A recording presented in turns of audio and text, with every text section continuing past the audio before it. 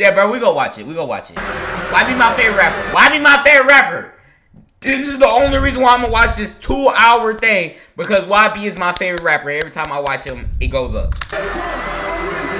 Unfortunately, by the end of 2020, when the rest of the world was being let out, YoungBoy was being put on a different kind of lockdown. He spent the last 5 years in and out of prison and on house arrest, unable to perform. Has been on house arrest for 700 days so far. Dang, 700. I remember this. 700? Ha! That's about... Dang, that's like Rakai. Rakai banned for 700 days. But also making him impossible to kill. But despite all the rumors... What, gang? Making it impossible for him to... What? House arrest, unable to perform, but also making him impossible to kill. But despite all the rumors, he's never actually been charged with murder. He famously caught double attempted murder charges in 2016, attempting to avenge his murdered cousin Boozilla. In his most recent stretch, he spent just under a year behind bars after pleading guilty to numerous charges, including federal gun charges stemming from a heavily armed music video gone wrong, as well as state charges for a devious plot that saw YoungBoy and his friends impersonating doctors in an effort to get their hands on unlimited prescription pills and drank in the state of Utah. These efforts at putting together a drill rapper starter pack robbed YoungBoy of 5 years of his freedom, but between jail stints, he was on house arrest, forced to do nothing but fight his depression, pop pills, and make some of the most groundbreaking gangster rap he tagged it in the bottom too. That's made. YoungBoy was prolific with his releases while on house arrest and in jail, releasing 7 albums and 7 mixtapes. I know YB just watching this like, what does this mean talking about, bro? Like, he just yapping. Tapes. All of this while battling for his freedom, meaning that even behind bars, within just a few years, YoungBoy's work rate had surpassed many of the biggest artists in the world entire careers. But this year, in 2025, he walked free from the federal FCI Talladega prison, getting an early release in March, with one of his conditions being a whopping 60 months of strict probation. And despite his official rap sheet of... Is my Wi-Fi tripping? Let me see, bro. I hope not. Serious crimes, an unofficial title of the Murder Man of Baton Rouge, in May 2025, he inexplicably received a presidential pardon from the slimander-in-chief himself, Donald Trump. Apparently, this was the direct result of lobbying carried out by... Getting pardoned by Trump? That's like a big flex, gang. Like, you on some president. Heavyweight DJ Academics, who was the one who asked Trump's son to pardon YoungBoy during a campaign. Nah, Academics a real one. Stream. A lot of people are asking. There's a guy who's a beloved. You know, he's just a misunderstood guy actually. His name is NBA YoungBoy. If Trump gets back in office and this guy's locked up, we gotta throw him to the top of the party. Come on. This presidential pardon cleared the path for YoungBoy to have a fresh start, not just getting back his freedom, but freeing him from any probation or restrictions that would have prevented him from flying around 2 hours though, gang! America or the world on tour. Y'all lucky I love this streaming stuff, bro. And he would return almost 5 years on from his cancelled 2020 tour in 2025, embarking on his Make America Slime Again tour in honor of Donald Trump. Make America Slime Again or hurt nobody. His shows would go from theaters that at their largest held a few thousand people to selling out almost 20,000 person venues like the Crypto Arena, and reportedly making anywhere from $800,000 to close to $2 million per show, and releasing 2 more full-length albums before the tour even ended, and cementing his place as perhaps the most successful street rapper of all time, with an estimated 41 million albums sold, over 48 billion streams, and a whopping 41 full-length projects in his catalog at the time of recording. But behind the success, there's a dark secret. YoungBoy was rumored to have been able to make as much as $100 million per year from his insanely successful gangster rap career, numbers that frankly many people would kill for, or perhaps in this case, kill to protect. Like many gangster rappers in this generation, YoungBoy has been accused of having people murdered. In this case, over a dozen people have allegedly been murdered in order to protect his 9-figure gangster rap empire. Actually, it's less that he's been accused of organizing over a dozen murders, and more like he's actually confessed to organizing over a dozen murders, with numerous lyrics over the years seeing YoungBoy rapping about murder and references to a body count that seemed to grow year by year, from at least one alleged body in the mid-2010s when he first started rapping only age 16, to seemingly confessing to having 3 bodies and subtracting 2 attempts or losses around 2019, to shockingly claiming at least 3 times to have a total of 7 bodies. Nah, Trap Boy Ross is the feds, gang. Trap Boy Ross, he is the police, bro. This man is the police. What? Nah, he breaking down years. Look, he breaking down years. The song title, the lyric. Chill out, gang. It is not this serious. It is not this serious. Nah, for real, bro. Trap Boy Ross is the feds. Like, the title, nigga, come on, gang. By 2020, his kill count would appear to rise to 12 plus a child by 2022. March 2024, he was claiming to be responsible for 15 murders, and apparently he would reach a grand total of 19 bodies by June 2024. Come with us. Nigga, get your head buzzed. Baton Rouge police are looking into a deadly shooting got a knife from the job. Did a slice unknown suspect in a red Chevy Trailblazer. He wasn't quick enough. The shooting death of a local rapper. Baton Rouge police say the local rapper was shot and killed at his home at Lakeside Villa Apartments on Wellwood Drive after midnight. Deadly shooting. Hold on, chat. Details. It's getting heated. It's getting heated. It's getting heated. Oh, the B-Way. Whoa. What he saying? So he saying B-Way. YB sent B-Way to hit. Because everybody know the B-Way situation. But I ain't from BR, so I don't really know nothing about that. You heard me? I'm straight from Shreveport. I ain't from BR, I ain't from New Orleans. I don't even care about none of that. But they saying B-Way. YB saying B-Way to go spank something. That's what Trap Boy Ross saying. I don't know though. G wasn't quick enough. The shooting death of a local rapper. Baton Rouge police say the local rapper was shot and killed at his home at Lakeside Villa Apartments on Wellwood Drive after midnight. The deadly shooting of a student walking home from school. New details surrounding a violent crime that happened here. Which I doubt the B-Way situation had anything to do with YB. Like, B-Way, they just said he was walking home from school. They probably was beefing with that man in school. Like, what's B-Way's? I think B-Way went to, because back in like 2020, B-Way, that's what really gave B-Way a buzz, because he had went to jail and everybody was saying that's YB brother. All the blogs was posting it, and he had went to jail for M, which is this dude right here. I don't know if he'll show it up. Oh, it won't even show it up, but the dude was in like high school or something. But I doubt that had anything to do with YB. I'm pretty sure that's just some B-Way probably was beefing with a nigga in his city. Probably beefing with him in school. Because I'm pretty sure these niggas go to school. Probably beefing with him in school. They having gang fights in school. All type of stuff. Caught up with him. Ain't got nothing to do with YB, gang. Of a student walking home from school. New details surrounding a violent crime that happened here around 7:15 Saturday night. Well, police are trying to get to the bottom of a drive-by shooting in Baton Rouge. Police say someone shot Jason Nixon several times. Hey, look, hanging out the one that trying to flush along the interstate. Today, Baton Rouge police named the 2 people killed on River Road. Nah, this nigga Trap Boy Ross is really the feds, gang. How is you breaking this down so, like, perfect? Gang! He hour after minute after person after game. What? Last night, 2 people were killed and 2 others were sent to a hospital. We now know the name of the person killed in a shooting in Baton Rouge. Police say 24-year-old Deontay Veal was shot and killed. Investigators say 23-year-old Tremaine Phillips died. Breaking tonight, 1 person dead after a shooting on Sherwood Boulevard. Person shot and killed along North Acadian. 30-year-old Jawan Alisi was shot to death. No, that ain't my work, man. They are looking for information on the shooting death of this man here.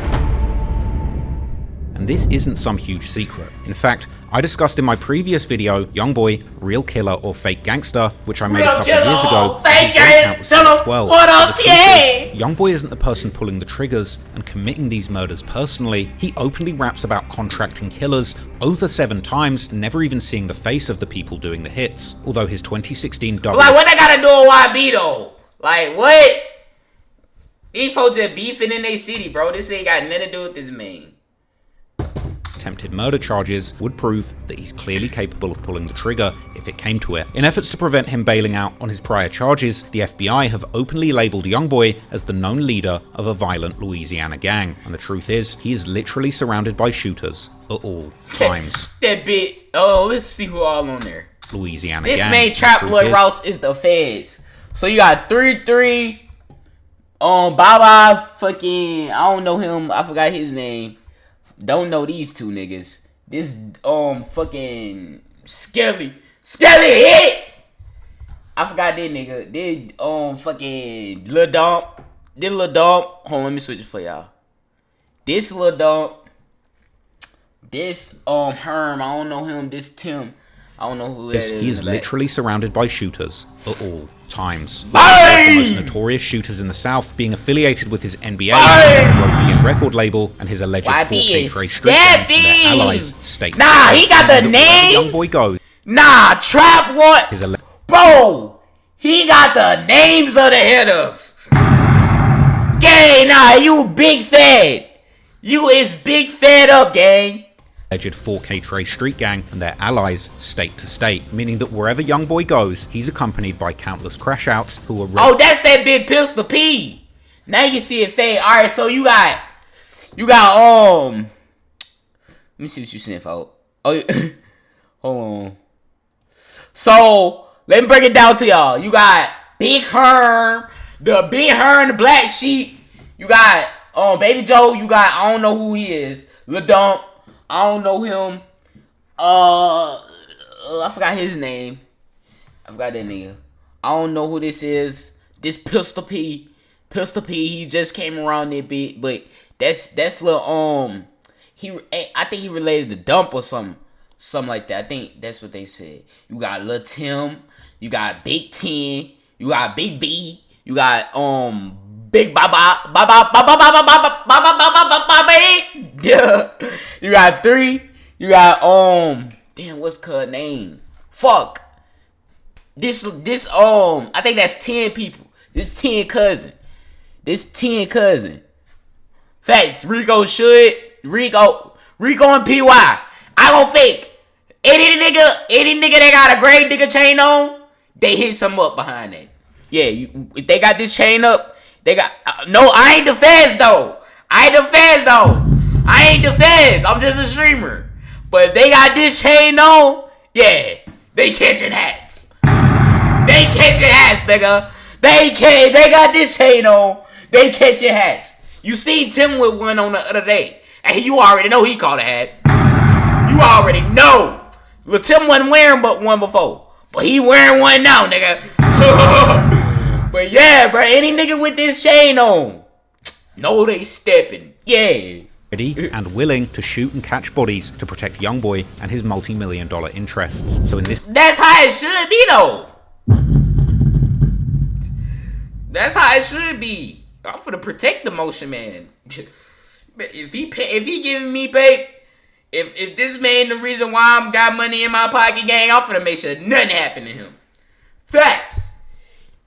What Herm say, I'll open the door for him. Yeah. This video will answer once and for all. Are all of these murders and murderers the secret ingredient to YoungBoy's gangster rap empire? Does YoungBoy really need shooters around him at all times to make sure he stays alive and that his rivals die early? Or is he destined to meet the same fate as his biggest rival, Lil Durk, and eventually going to get taken down by the feds, who might well still be at this very second? Bro, I don't think YB sending out hits, bro. Come on, gang.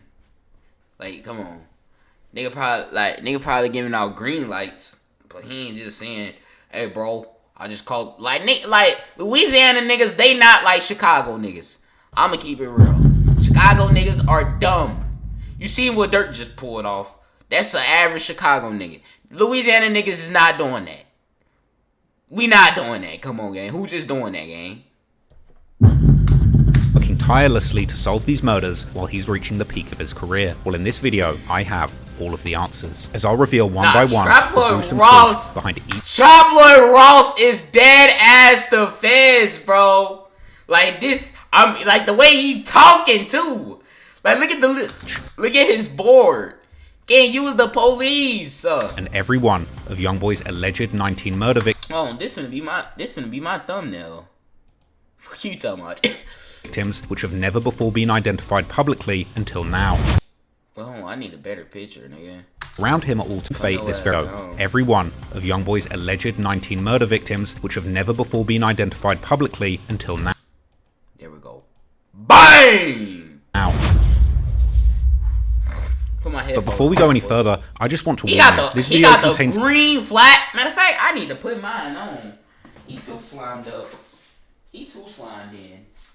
I need to be slimed in too, nigga.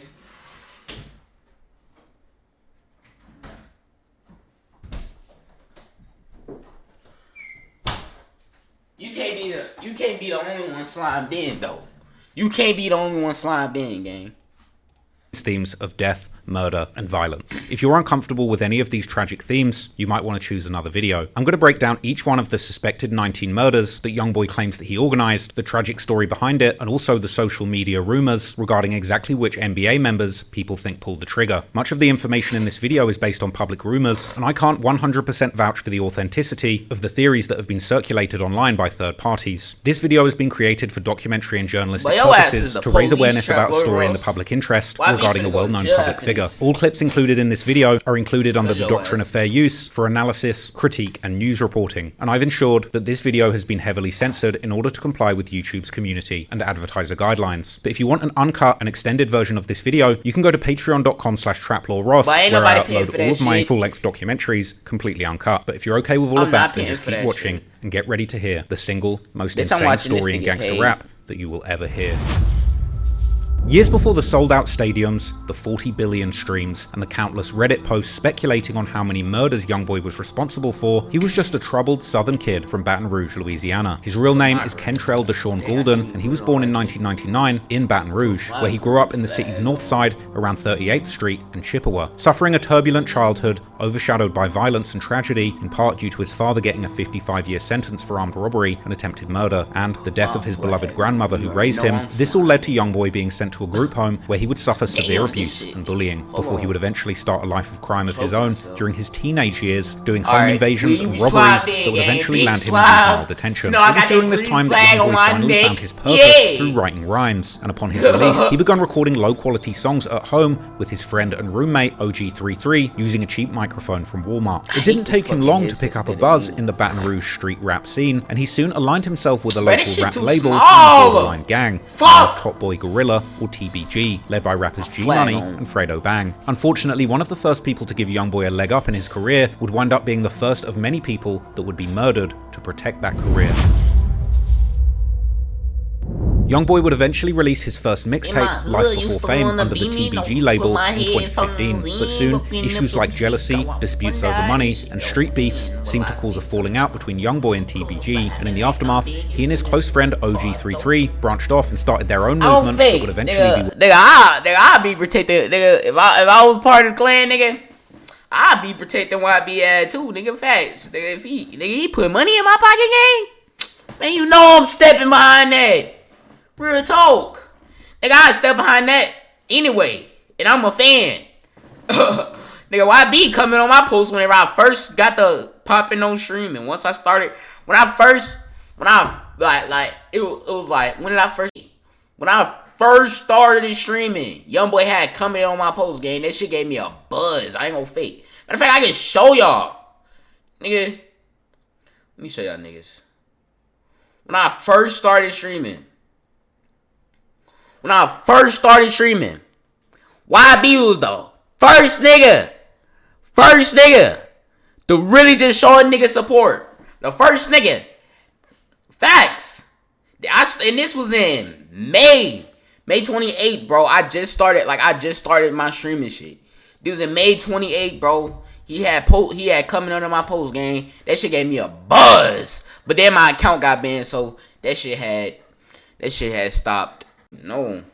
Worth hundreds of millions of dollars. I'm of course talking about NBA, aka Never Broke Again, which became both a rap label and a tight-knit crew of YoungBoy's closest friends, as well as his most prolific shooters and killers. This included infamous figures like Ben 10, Big B, Herm, Montana, Michi Baby, KD, Lil Pap, and Baba, just to mention a few. Moreover, in countless lyrics, YoungBoy and other NBA members would claim allegiance to a gang known as 4KT or 4K Trey, which appears to be a larger street alliance in Baton Rouge, and possibly also in other cities that YoungBoy and his friends would represent. There's been endless debate about the true underlying meaning of 4K Trey. Some have suggested it refers to those who kill for YoungBoy, or killing for Kentrell. Others have suggested that it actually referred to the beef with TBG from the south side of Baton Rouge who rep the 4, saying that they're 4K or 4 killers and that they banged the 3 or the Trey, while others have suggested that it refers to 4 ever killing the Ops. But whatever the true meaning, the broader national alliance of this gang appears to be within the Bloods, more specifically the notorious East Coast originated Blood faction. See, this is what I was just telling y'all.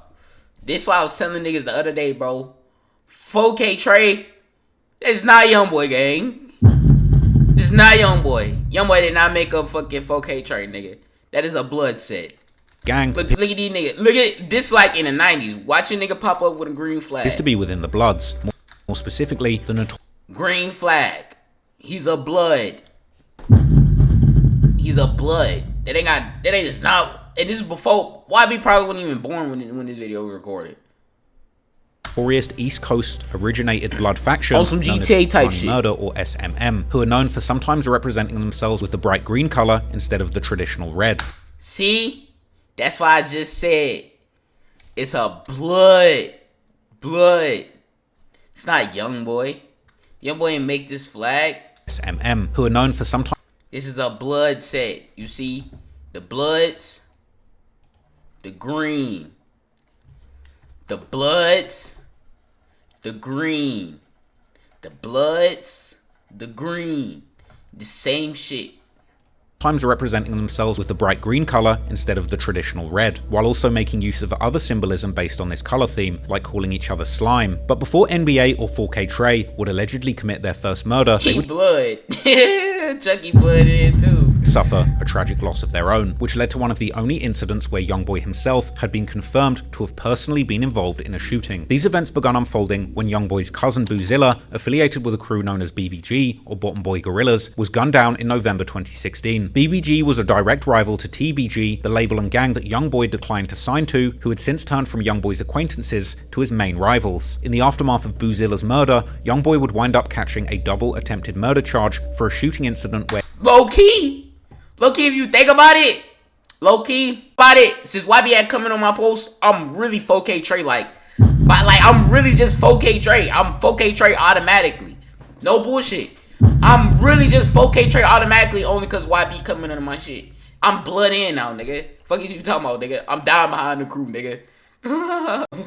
Where he and other known NBA members tried to avenge Boozilla's death. The following year, in 2017, YoungBoy would plead guilty to aggravated assault and ended up getting a suspended sentence in this case. Effectively, the judge had been very merciful and granted him a second chance at life in his career with strict conditions. Soon after his release, he would hit the big leagues with his music, dropping the coveted AI YoungBoy mixtape, charting on Billboard, and signing a $2 million deal with Atlantic Records. But while YoungBoy's career was reaching new heights, his feud with TBG would intensify, and his former friend G Money would soon become his biggest rival. G Money would begin dissing YoungBoy with dedicated tracks like WNBA Smoke, where he appears to threaten to send his shooters at YoungBoy and the NBA crew, rapping that if you take it there with him, you're not going to make it back. YoungBoy would fire back in songs such as Ride On 'Em, with chilling lyrics claiming that the only way the beef would end was with G Money getting shot, and even hinting that he'd put a bag on his head. Now before we go any further, I just want to make one thing clear. You can hate on YoungBoy all you want, and you can call me the feds, but this is a dangerous— Nah, he's the feds! Nah. Don't try to bypass that. Don't try to bypass that, mud. Man who warns his enemies and tells them exactly what's going to happen to them. G Money was warned what would happen in 2017 if he kept playing with YoungBoy, but he didn't take these warnings seriously, and he wound up being the first of many who unfortunately found out the hard way that nothing can get in the way of the NBA empire. The conflict escalated in 2017 as both sides would go back and forth on social media. Yeah, that little like my little partner, he used to be like my little brother. He stayed with me and everything. Everything was still all good until he started, you know what I'm saying, like doing his own thing, getting them a little buzz, getting a little money. He just got the big— he mad about his sister too, though. About his sister? Yeah, I had her a long time ago. You don't like me or something? I'm about beefing. What it is? I don't like you. I'm gonna keep on it. I don't like you. Talking about you don't like this and that.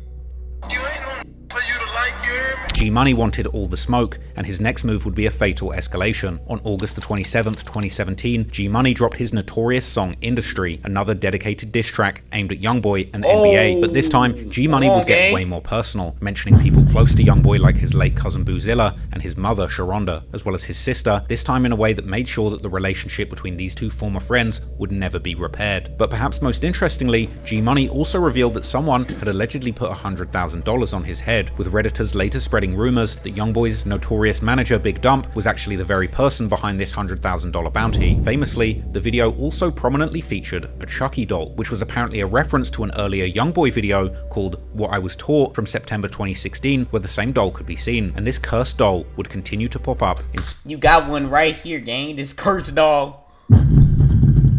spooky ways on both sides of this beef for years to come. From here, G-Money kept taking shots at YoungBoy and the NBA crew whenever he could. You, when you do this and do that and do that, you ain't sticking with a so you. I ain't tripping on no this and no none of that, you heard me?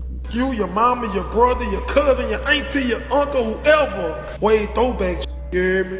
Made you script and you ain't do nothing about it. So how you think you could tell me something? And unfortunately, in some of these videos, G-Money was also revealing his location, as he can be seen standing outside a building while claiming that YoungBoy suddenly turned into a supposed killer after getting his record deal. Say, Lil, you know you ain't living like that, man. You get a deal and you done turn to a killer. When you start doing all that, man, you know you ain't cut like that, man. You know TBG been your muscle, boy. And the same you talking about usually don't live in jail, wherever they at, man. That's the same ran you out of Nouveau in the city, man.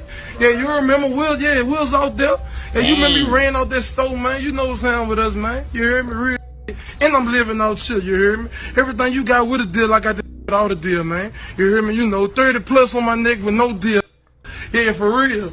Driving in $100,000 coupes and man. Yeah, with no deal, boy. You better stop playing and stay in your place, son. People familiar with the city of Baton Rouge could likely recognize easily that he was standing in front of a local recording studio on the 1900 block of Dallas Drive, where TBG were known to record at. The very same studio was also featured prominently in the music video for G-Money and Boulevard Quick's track, Set Trippin'. Unfortunately for G-Money, he massively underestimated two things. He underestimated how easy he was to find in the city, and he hugely underestimated YoungBoy and the NBA crew's willingness to kill to protect their budding empire. In the early morning hours of September the 10th, 2017, G-Money was at that very same studio, seemingly recording another diss track aimed at YoungBoy, where he called the people's favorite rapper a liar. This would See, that's why you can't be posting people location, gang.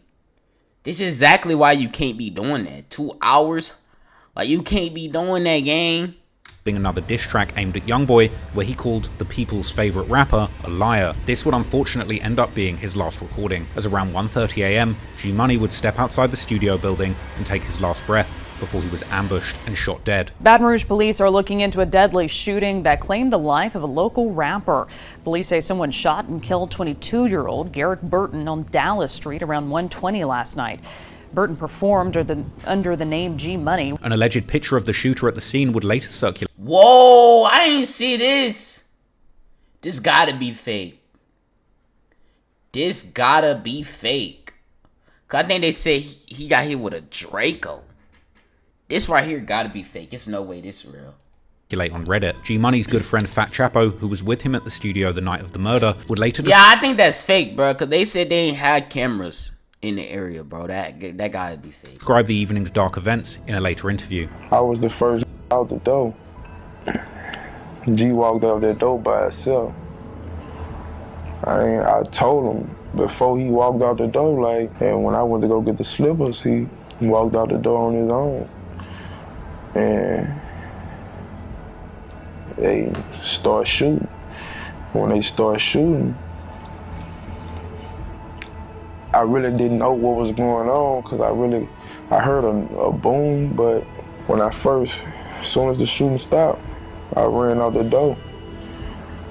Nobody was I still never saw nobody. It was more like, you know what I'm saying, it f***ed me up instantly. but just as chilling as the murder itself were the haunting details that came out afterwards. The day after G-Money was killed, someone would go to the studio to document the murder scene, where they ended up capturing footage where bloody pillows could be go to the strip itself were the haunting details that came out afterwards. The day after G-Money was killed, someone would go to the studio to document the murder scene, where they ended up capturing footage where bloody pillows could be seen laying on the ground. A picture of this pillow would also be posted on social media, where it would eventually go down in infamy as one of the most terrifying pieces of folklore about the Baton Rouge streets. This haunting image would start a wild rumor that G-Money's killers had actually thrown a pillow and told him to go to sleep after shooting him dead. It's unclear. That's probably fake, bro. Come on, gang. That's just something somebody said, bro. That's probably fake.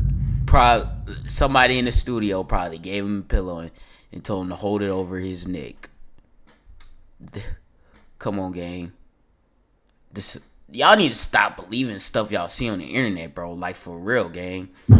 For real. Like, this is why people's life is messed up right now. Exactly who started this dark rumor, but it had a powerful effect on the Baton Rouge streets. The word of the bloody pillow would spread all around Louisiana. YoungBoy and the NBA crew would become notorious not just as shooters, but like action movie mobsters who left props at the scene of murders to send others a message. While the truth behind these pillows turned out to be nothing as cold and calculated as people on Reddit might have you believe, even this make-believe story would survive in infamy for years, and it made the NBA gang out to be like boogeymen in Baton Rouge. But the truth is, the pillows had most likely been used by medics who came to the scene to help G-Money after the shooting. Right, that's what I just said. YoungBoy and his team would take full advantage of this online folklore, and YoungBoy would later rap several lyrics where he referenced pillows in relation to murders, like in the 2020 song Step On, where he rapped that he would lay his ops' beds and throw them a pillow, and in the 2023 song Let's Do It, where he described his gang creeping up and laying their ops' head on a pillow when they kill them. In the music video for this song, YoungBoy even gets down and lays his head onto an actual pillow. The bloody pillow was a terrifying symbol of how far NBA members would take it if you got in their way, and as time went on, from this first murder, YoungBoy would continue to reference G-Money, leaving cryptic warnings for anyone else who might gamble with their lives playing with the NBA. A new song titled Poor One would release about a month after G-Money's murder and appeared to be explicitly dedicated to him, with YoungBoy starting his first verse recalling a time when their bond felt more like a brotherhood before G-Money shattered YoungBoy's trust by sleeping with his sister and bragging about it online. This was the first time one of NBA's rivals suffered deadly consequences in the streets after playing with YoungBoy, and he was not shy about reminiscing and talking openly about the person who had lost their life. Yet despite this being an open secret in the Baton Rouge streets, the authorities to this very day have struggled to truly get to the bottom of this case. It would take close to 2 years before they finally named any suspects in G-Money's murder, but finally in June 2019, DeAndre Fields, better known on the streets as Lil Pap, or NBA Pap, will be charged with second-degree murder in connection to G-Money's death. I think I remember this. DeAndre Fields, Baton Rouge police say they arrested him years after the shooting death of a local rapper, Garrett Burton. Back in 2017, Burton went by the name of G-Money. In his early music, YoungBoy had painted a picture of Pap as being one of his main shooters, and now here he was, accused of shooting YoungBoy's biggest rival dead. Lil Pap initially pled not guilty, and years later he would accept a plea deal on greatly reduced charges of accessory after the fact to murder, receiving a mere 5-year sentence. But interestingly, Pap would still swear to the judge and people close to him that he was innocent, and this sentiment was shared amongst G-Money's close friends like TBG rapper Fredo Bang, who would also later claim several times publicly that Pap indeed wasn't G-Money's killer. Y'all started sending me that. Still sending it to me. I was like, you seen it? You seen it? Yeah, I seen it. Oh, he's making arrests. Might be wrong. My man didn't do that. Do you know the guy that's being charged? Okay. You said that you didn't think the guy that they're charging with the murder actually did it. No. YoungBoy's lyrics on the leaked song, Keeping It True, seem to echo this same sentiment, with him rapping how after an op died in the night, his brother kept it solid and didn't tell, even though he wasn't the shooter. Even G-Money's own mother would post on social media after Pap's guilty plea that she also believed that he wasn't the actual killer of her son. He putting unreleased songs on there too, gang? Chill, like you all really doing it, bro. Leaving this first murder connected to YoungBoy and his squad of killers still shrouded in mystery, not only robbing G-Money's family of justice, but also meaning that whichever NBA soldier who did kill G-Money might still be walking the streets and stages behind YoungBoy to this day, being ready to kill again. There's of course been various rumors as to exactly what went down that night and who was responsible. G-Money's mother would make a post on Instagram showing a picture of 3 prominent NBA members. They sent. These are the 3 guys they sent to me. Whoa. These the 3 guys they sent to me. Look at this first dude.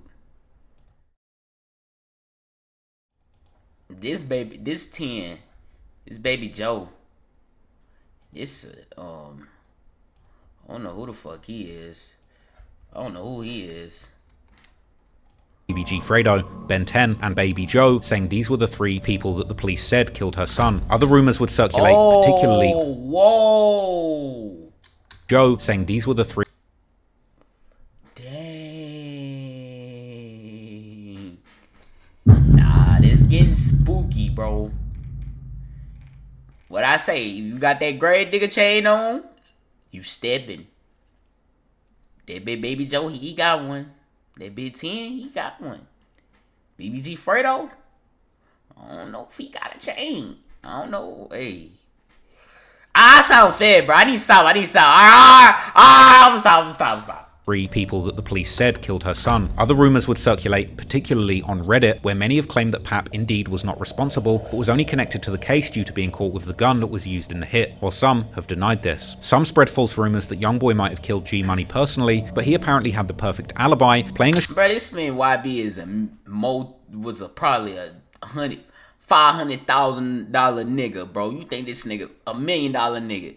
Snake around this time, YoungBoy was hanging around Young Thug, Birdman. This man, you think he finna do something to somebody in Baton Rouge, gang? Stop it. Stop it, gang. Stop it.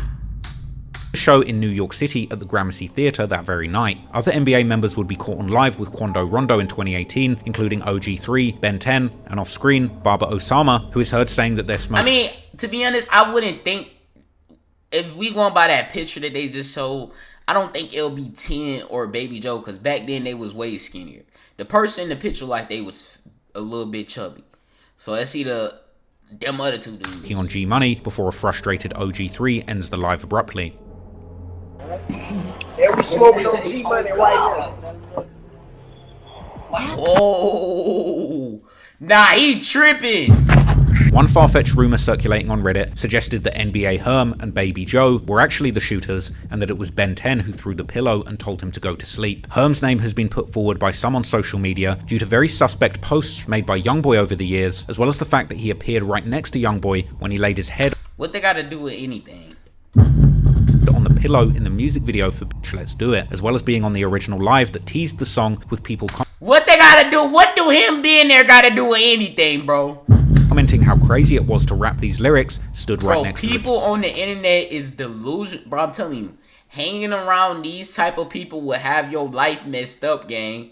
Y'all need to stop hanging around these people. Killer. Some believe that YoungBoy actually confirmed that Herm was responsible on social media during a feud with the rapper No Cap, where No Cap had apparently claimed that everyone in Baton Rouge was trying to claim the G Money murder, with YoungBoy responding that you must not know about the Black Sheep, referring to Herm's nickname. While others adamantly believe that actually it was Ben 10 who was truly responsible for the hit, which makes the fact that he was caught liking the IG posts of the mother of G Money's child all the more chilling. But even as the mystery gets caught liking the IG, that actually it was Ben 10 who was truly responsible for the hit, which makes nah, what's her at though? Oh yeah, what's that at? Oh, let me see.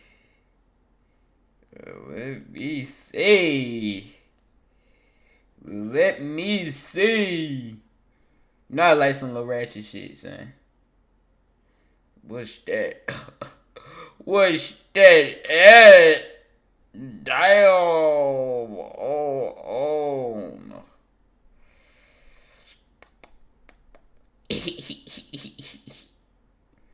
Where's that at? Oh my god. Hold up. Am I tripping by doing this? What's that at? Nah, she ain't all that, bro. She like some grown little shit.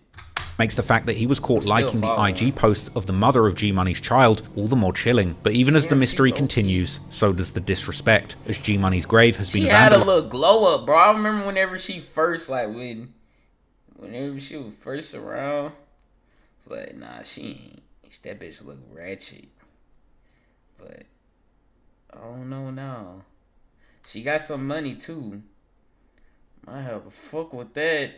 Lies numerous times, and G-Money's mother still has no justice, as she heartbreakingly has posted him on her Instagram page every day for years. But sadly, she would only be the first of over a dozen mothers who would mourn the loss of their children. And the sad truth is that while G-Money had been a direct threat to the budding Never Broke Again empire, some of those who lost their lives appear to have simply been in the wrong place at the wrong time. I think I heard of her. The next body is one of the most debated when it comes to the alleged murders that YoungBoy has been connected to. On October the 26th, 2017, 19-year-old Ernisha Barnes was sitting in a parked car outside of a deli when she became caught in an altercation that would escalate into gunfire. Shots were fired from another vehicle, striking her multiple times, and she would later die from her injuries at the hospital. We also have now learned the identity and the name of that 19-year-old woman. That's why you need to stop hanging around people, bro. Y'all don't know, like, you hang around somebody, man, they could be into it with Donald Trump, gang, the president. Yeah, your car finna get nuked. You talking about, hey, let me drive your car. This car known for, everybody know this car. You drive this car, this mug get nuked. Bang! Now you like, gang, what just happened? That it was about 10:15 last night when an unknown suspect in a red Chevy Trailblazer fired several shots into a car with 19-year-old Ernisha Barnes sitting in the passenger seat. It happened near Gus Young and 48th Street. We're told that Barnes was actually taken to a local hospital where she later died. YoungBoy's fans would later draw connections between several of his lyrics and Ernisha Barnes' death, most notably a leaked track titled Money Man, which featured YoungBoy describing a shooting where someone targeted a man named Hammer, but instead ended up striking his girlfriend. Allegedly, this was in retaliation for someone called Monkey shooting up YoungBoy's grandmother's home. According to Reddit rumors, these lyrics reference YoungBoy's beef with a gang known as TMH, or Too Many Hitters, and particularly two of their main members, named Hammer and Monkey, the latter being better known as the rapper TMH 32 Shots. I think I heard that situation with his house. Who's also been affiliated with YoungBoy's main rivals, the TBG crew. Ernisha, or simply Nisha as she was known, was allegedly Hammer's girlfriend, who had then supposedly gotten shot by YoungBoy or someone close to him as a revenge for Monkey. Bruh, none of these people is getting hit by YoungBoy, bro. Stop, bro. Stop saying that, bro. You sound like, bro, this nigga having too much motion to be going out his way to go. Come on, gang. Think about that. Who finna throw all that money away? Stop! Like, gang, shut up. Shooting up YoungBoy's grandmother's house, with Ernisha actually getting the nickname Hammer Girl on Reddit. This man Trap Boy Ross need to get sued for this. Where many posts have been made demanding justice for her. However, Monkey would deny having ever shot YoungBoy's grandmother's house years later in his song FAN. In another leaked song, YoungBoy would even seemingly mention Ernisha by name, using her nickname Nisha, while rapping how she had a Nisha got a baby but got in front the corner store. Ooh, but don't put your life in danger. Dang, once and then you gotta go, man. It's so crazy. So that pistol, I forever. Oh my god. Nah, this is crazy, gang. This is crazy. A baby, but got killed in front of a corner store, while in yet another leaked song, he seemingly implied trying to kill his enemy, but ending up killing his girlfriend before calling himself the Murder Man. YoungBoy continued to reference that same theme of accidentally shooting someone's girl for years to come. He would rap, I heard a guess, swear on, he was with his that got hit. I heard last breath coming from that. I heard. Oh my god. Nah, this is getting spooky. This is getting crazy, man.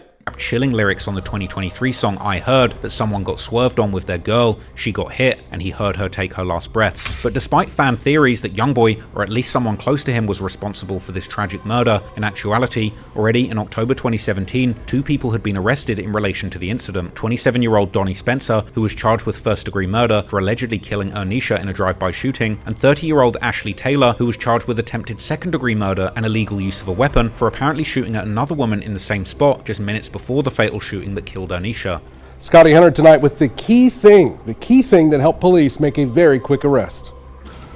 The man accused of carrying out this year's record-breaking murder in Baton Rouge, 27-year-old Donnie Spencer, is behind bars tonight. As he was loaded off to prison, he had nothing to say except one thing. innocent. Spencer's charged with first-degree murder and attempted first-degree murder after allegedly gunning down 19-year-old mother Ernisha Barnes last Thursday in a drive-by shooting on Gus They Young. caught him in a week? 48. His information put out on Friday. Roughly 72 hours later, he was picked up today by the U.S. Marshals Task Force. Although Spencer had first claimed to be innocent, he would eventually plead guilty to manslaughter in 2019, and he was sentenced to 22 years in prison. But even this wouldn't convince some fans who would still keep claiming that Spencer had... Bro, took the charge for YB kill. She wasn't when he said low key. Yeah, but I don't think. I mean, they could. Some people would do that. Like, if somebody get like say for instance YB help somebody, he'll pay somebody to take that charge for him so he don't go to jail for it. Which that's what you can do with money, like, you know what I'm saying? I'm trying to fix it webcam, bro, but them tripping. I'm end up breaking this mug by accident. Simply taken the charge for YoungBoy and believing his earlier claims of innocence as validating this theory. While this more far-fetched and far-removed murder seems highly unlikely to be truly connected to YoungBoy directly, the next murder would echo the hit on G Money, as another prominent TBG member with rumored bodies of his own against NBA would unfortunately go out the very same way. One person that played an instrumental role in NBA YoungBoy's early career was Big Dump, aka Desmond Hardnett. Big Dump had reportedly worked for YoungBoy as an agent or manager, and simply working for YoungBoy had undoubtedly made Big Dump a target in Baton Rouge, but later lyrics from YoungBoy himself would reveal that there might have also been other reasons. For example, on the 2022 track Doctor, YoungBoy threatens to shoot up a car, just like Dump would do, something that he reiterates on the 2025 track 86 Prayers. These lyrics seem to imply that Dump wasn't just a businessman, but also somebody that had a reputation in the streets and had personally participated in shootings, making him a target on multiple fronts. Combine that with the rumors that he was the one who had put the bounty on G Money's head, and it's clear that TBG members would have wanted to take his life too. On May the 4th, 2018, at around 6 p.m, Baton Rouge police would respond to a drive-by style shooting on the 2200 block of Nairn Drive. According to news reports, Big Dump had been chatting with family and friends in his old neighborhood when someone pulled up in a vehicle and fired several shots, killing Dump and injuring the woman standing near him, while somebody sent the low. Y'all need to start clicking in y'all head, bro. Ain't nobody just spin into your hood and just banging and out where you at. Somebody sent your at either somebody seen you in the store and follow you from there, or somebody sent your addy out. Now say you just drive straight from Texas to your hood.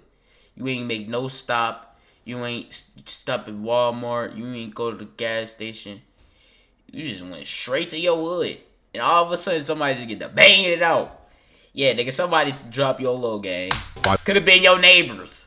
It could have been your neighbors. Level 6 witnesses watched on in shock. Baton Rouge police say 29-year-old Desmond Hardnett died last night from his injuries. Police say Hardnett and a 32-year-old woman were both shot during a drive-by shooting yesterday afternoon. That happened near the corner of Nairn and Baywell. We're told the woman's injuries are not expected to be life-threatening. Unfortunately, like many of the murders in Louisiana, Dump's murder was never officially solved, although YoungBoy's main rivals TBG would heavily imply being behind the hit. Just 2 months after Big Dump's murder, two of TBG's biggest remaining rap stars, Fredo Bang and Boulevard Quick, would release a song called Body Bag, where Fredo opens up by rapping how they pull up on an op and dump the whole clip, before interestingly mentioning putting someone's friend in a grave because they had dropped some knots, which could indeed refer to the rumor that G Money had a $100,000 bounty on his head put up by Big Dump before the murder went down, and they would go on to brag how they had caught $1,000 plan and get exposed 100 on my head. Still doing shows. A bounty on his head put up by Big Dump before the murder went down, and they would go on to brag how they had caught someone right outside the house, the exact circumstances of Dump's murder. Boulevard Quick would again go after YoungBoy in his camp a month later on his song called And One, opening up the track by telling his ops to keep his friend's name out their mouth, likely meaning G Money, and telling them to go and dig their partner up, likely referring to Dump, while later rapping that he heard people are looking for him because someone lost his soul, before throwing a Dump ad-lib there for good measure, just to make it extra clear exactly who he was talking about. But Quick would also hilariously give himself an alibi, rapping how he went to the movies and then went to see a girl while Dump's murder was taking place. And in both music videos, once again, a Chucky doll could also be seen, which at this point had become a way for TBG rappers to cryptically troll YoungBoy ever since that G-Money industry music video. And just like G-Money, Boulevard Quick would also boast in several songs how he had heard around town that killers were looking for him, but he wasn't scared and still sliding, even ending his August 2018 music video for the song Never Lackin' by seemingly daring YoungBoy and his crew to try and catch him. Yeah. That shot that nut in your mama. Pull up. Sit back. Come on. Whoa. Shot that nut in your mama. Oh my Pull God. Up. This man. Come out here. You know, TBG Gorilla Gang. Long live G Money.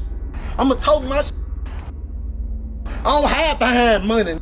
Cause I ain't got that much. So I'm in the field. You can't be, money must be counterfeit. You drop the bag while I'm still breathing. I got breath in my body. Fake it, boy. Pull up. But the last straw was when YoungBoy's mother, Sharonda, would participate in this beef personally, causing Boulevard Quick to respond with a vulgar and unfiltered rant. Fredo Bang and Quick wants to get YoungBoy. Fredo Bang and Boulevard Slow. You look like a man, though. You look like a punk. Oh my God. Talking about me, I ain't Fredo. I speaks on everything. Boy, that mama. Play with me first. That. This would cause YoungBoy himself to respond too. YB would warn Quick that this internet beef would end with him having the last laugh, saying that his ops are going to either die, go broke, or go to jail. This internet shit ain't for long. I hope y'all stupid mother know that. It's either you gonna die, you either gonna be a bum, or you gonna be successful, or you gonna go to jail.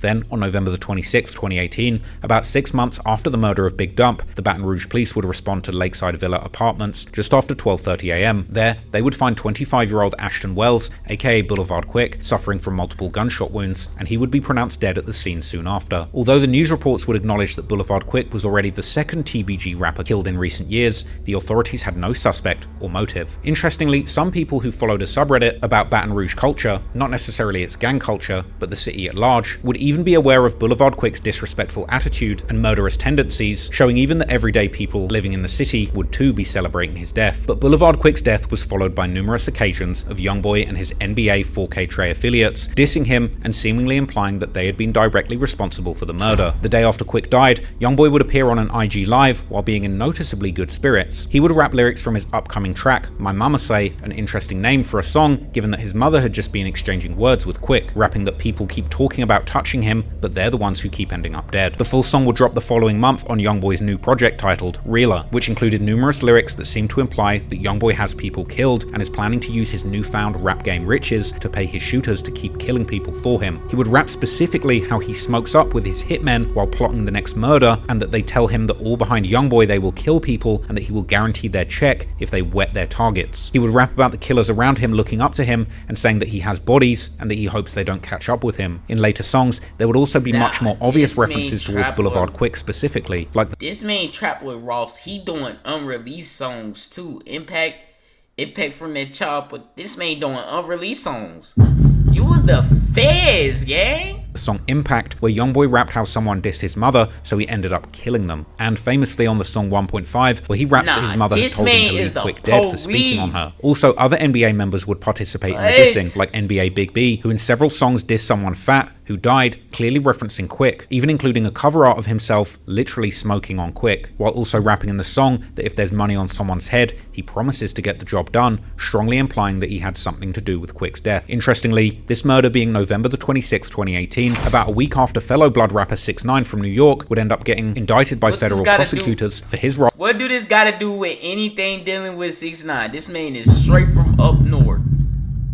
This ain't got nothing to do with this man. As a shot caller in the 9 Trey Bloods. Funnily enough, many people on Reddit at the time would speculate that the feds would likely soon be looking into NBA YoungBoy 2, and speculating that there were 2 known murders and perhaps more unknown ones at this point in time. But despite the rumors and lyrics that seemed to tie the hit to infamous NBA member Big B, rumors would circulate on Reddit that the real killer was a lesser known affiliate of NBA known as Duty Black, a friend of YoungBoy's who was also a rapper himself. Some have suggested that the two might have actually carried out the hit together. YouTuber 3J Knows the Truth would claim to have been told by those in the know that these were the hitters and that Big B was the one who took the shot. It was allegedly 2 people on the Boulevard Quick hit. Allegedly or whatever, it was Big B and Duty Black.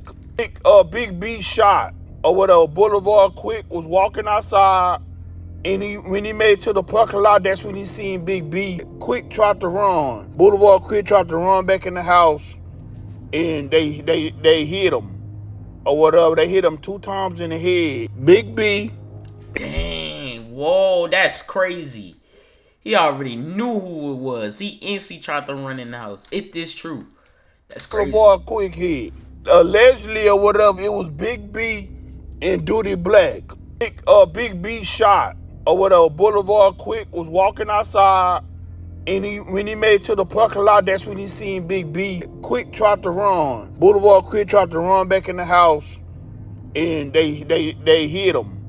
Or whatever, they hit him 2 times in the head. Big B and Duty Black killed Boulevard Quick. That's what somebody close to the situation DM'd me and told me. When Duty Black died, everybody started posting Boulevard Quick. When NBA Big B got shot, everybody started posting Boulevard Quick. YoungBoy would post a picture on FaceTime with Duty Black, and it's rumored that this was only a short time before the murder of Quick. Unfortunately, Duty Black, real name Darian Carter, was gunned down in his car in North Foster Drive in Baton Rouge. This man is with Johnny Dane, bro. What are you talking about? This man is with Johnny Dane right now. Bro, this man is with Johnny Dane. But I need to stop believing these internet people, bro. FaceTime with Duty Black, and it's rumored that this was you gotta think about it though. You think why I be finna get on the phone and tell a nigga go kill somebody on FaceTime, bro? Think about it. Think about it for a second. Think about it for a second. Bro, y'all need to stop believing everything y'all see on the internet, bro. Stop! Y'all life is gonna be messed up, mud. Only a short time before the murder of Quick. Unfortunately, Duty Black, real name Darian Carter, was gunned down in his car in North Foster Drive in Baton Rouge on June the 11th, 2021, and the police were unable to identify any suspects, with many believing that TBG member Fredo Bang posting a picture with Boulevard Quick right after the murder of Duty Black was confirmation that he was the one responsible. Rumors have since spread that this was a paid hit as retaliation for Boulevard Quick's murder. YoungBoy would pay tribute on the leaked 2021 song Northside Legend, calling Duty that very thing and saying RIP. And he even seemed to express remorse over the retaliation that took Duty's life on the song Letter to the North, where he raps about Surrenders, can you please intend to do telling his mother to send $10,000 to Duty's mother. Some on Reddit have suggested that there was never retaliation for Duty Black's murder because he wasn't a true member of the NBA crew. But while YoungBoy later would use his music to express his pain and regret over the lives lost in the name of protecting the NBA empire, after these 3 murders, YoungBoy would begin rapping more and more with pride about his triple body count. At this point in time, YoungBoy had already become a well-established and prolific artist in the rap game who was known for his unmatched work ethic, devoted fan base, and his unique and versatile style, which ranged from emotional auto-tune ballads, which his fans described as pain songs, as well as incredibly aggressive anthems designed for sliding on your ops, which his fans would. But no, it's crazy. Like, one thing I don't get, people be saying like the people be saying, they be like, bro, YoungBoy music be making me sad, bro. YoungBoy music be making me cry. Gang, you ain't never been through shit to make you cry, gang. You never been through nothing to make you cry. Nothing. You need to be on the internet. You ain't got time for, cause you thinking about this, what you crying about. Me saying, bro, like, Like, y'all need to stop hanging around these folks, bro. People have your life messed up. Describe as murder songs, and it would be this latter subgenre of murder music where YoungBoy would begin to talk more about his infamous body counts. Some of the first songs that mentioned specific numbers were seemingly made around 2019, not long after YoungBoy's killers had allegedly caught their third victim, Boulevard Quick. One of these being a song known as All in My Way, which was supposedly recorded sometime in 2019, although it would only be leaked in November 2021. In this song, YoungBoy would rap that he has 5 bodies under him, but you have to subtract 2, possibly referring to the 2 attempted murders that he got after his cousin Boozilla's death, or the 2 losses that his own side had suffered, Big Dump and Boozilla. In another song called Murder Man, which was reportedly first played by YoungBoy's ex-girlfriend during an IG Live on November the 18th, 2019, YoungBoy seems to imply that he has 3 bodies, and that someone who talks shit about him on Instagram is going to be the 4th, with this likely referring to King Von, who had just recently dissed YoungBoy in March of that same year, suggesting that he'd been lying in his music. YoungBoy talking about on this song, bro. What? You talking crazy on this man. Oh, yeah? He ain't even like that. Oh! On this nah. On this cap. You got cap in your raps. But more about what happened to Von later. But this was only the beginning, and only 2 years after this number had more than doubled, as he would claim on his King Von diss song Dead Trolls. By 2020, YoungBoy was claiming to have racked up 7 bodies. Ironically, the exact same number of bodies that King Von was rumoured to have, indicating that in 2020, there was actually a direct rivalry between the two on who had the most murders, with them actually seeming to be I think that's what they was beefing about. Cause you said why be one like that, so they was That's crazy though, if you really think about it. Who really stepping? Who really out here stepping? Neck and neck in murder counts during this period. But who were these 4 people who YoungBoy had allegedly killed in less than a year in order to go from 3 to 7 bodies and catch up with King Von? Well, YoungBoy and his 4K Trey's growing affiliations with other gangs in Baton Rouge also brought them several new enemies that would end up supercharging the ongoing war in the city and rise the body count significantly.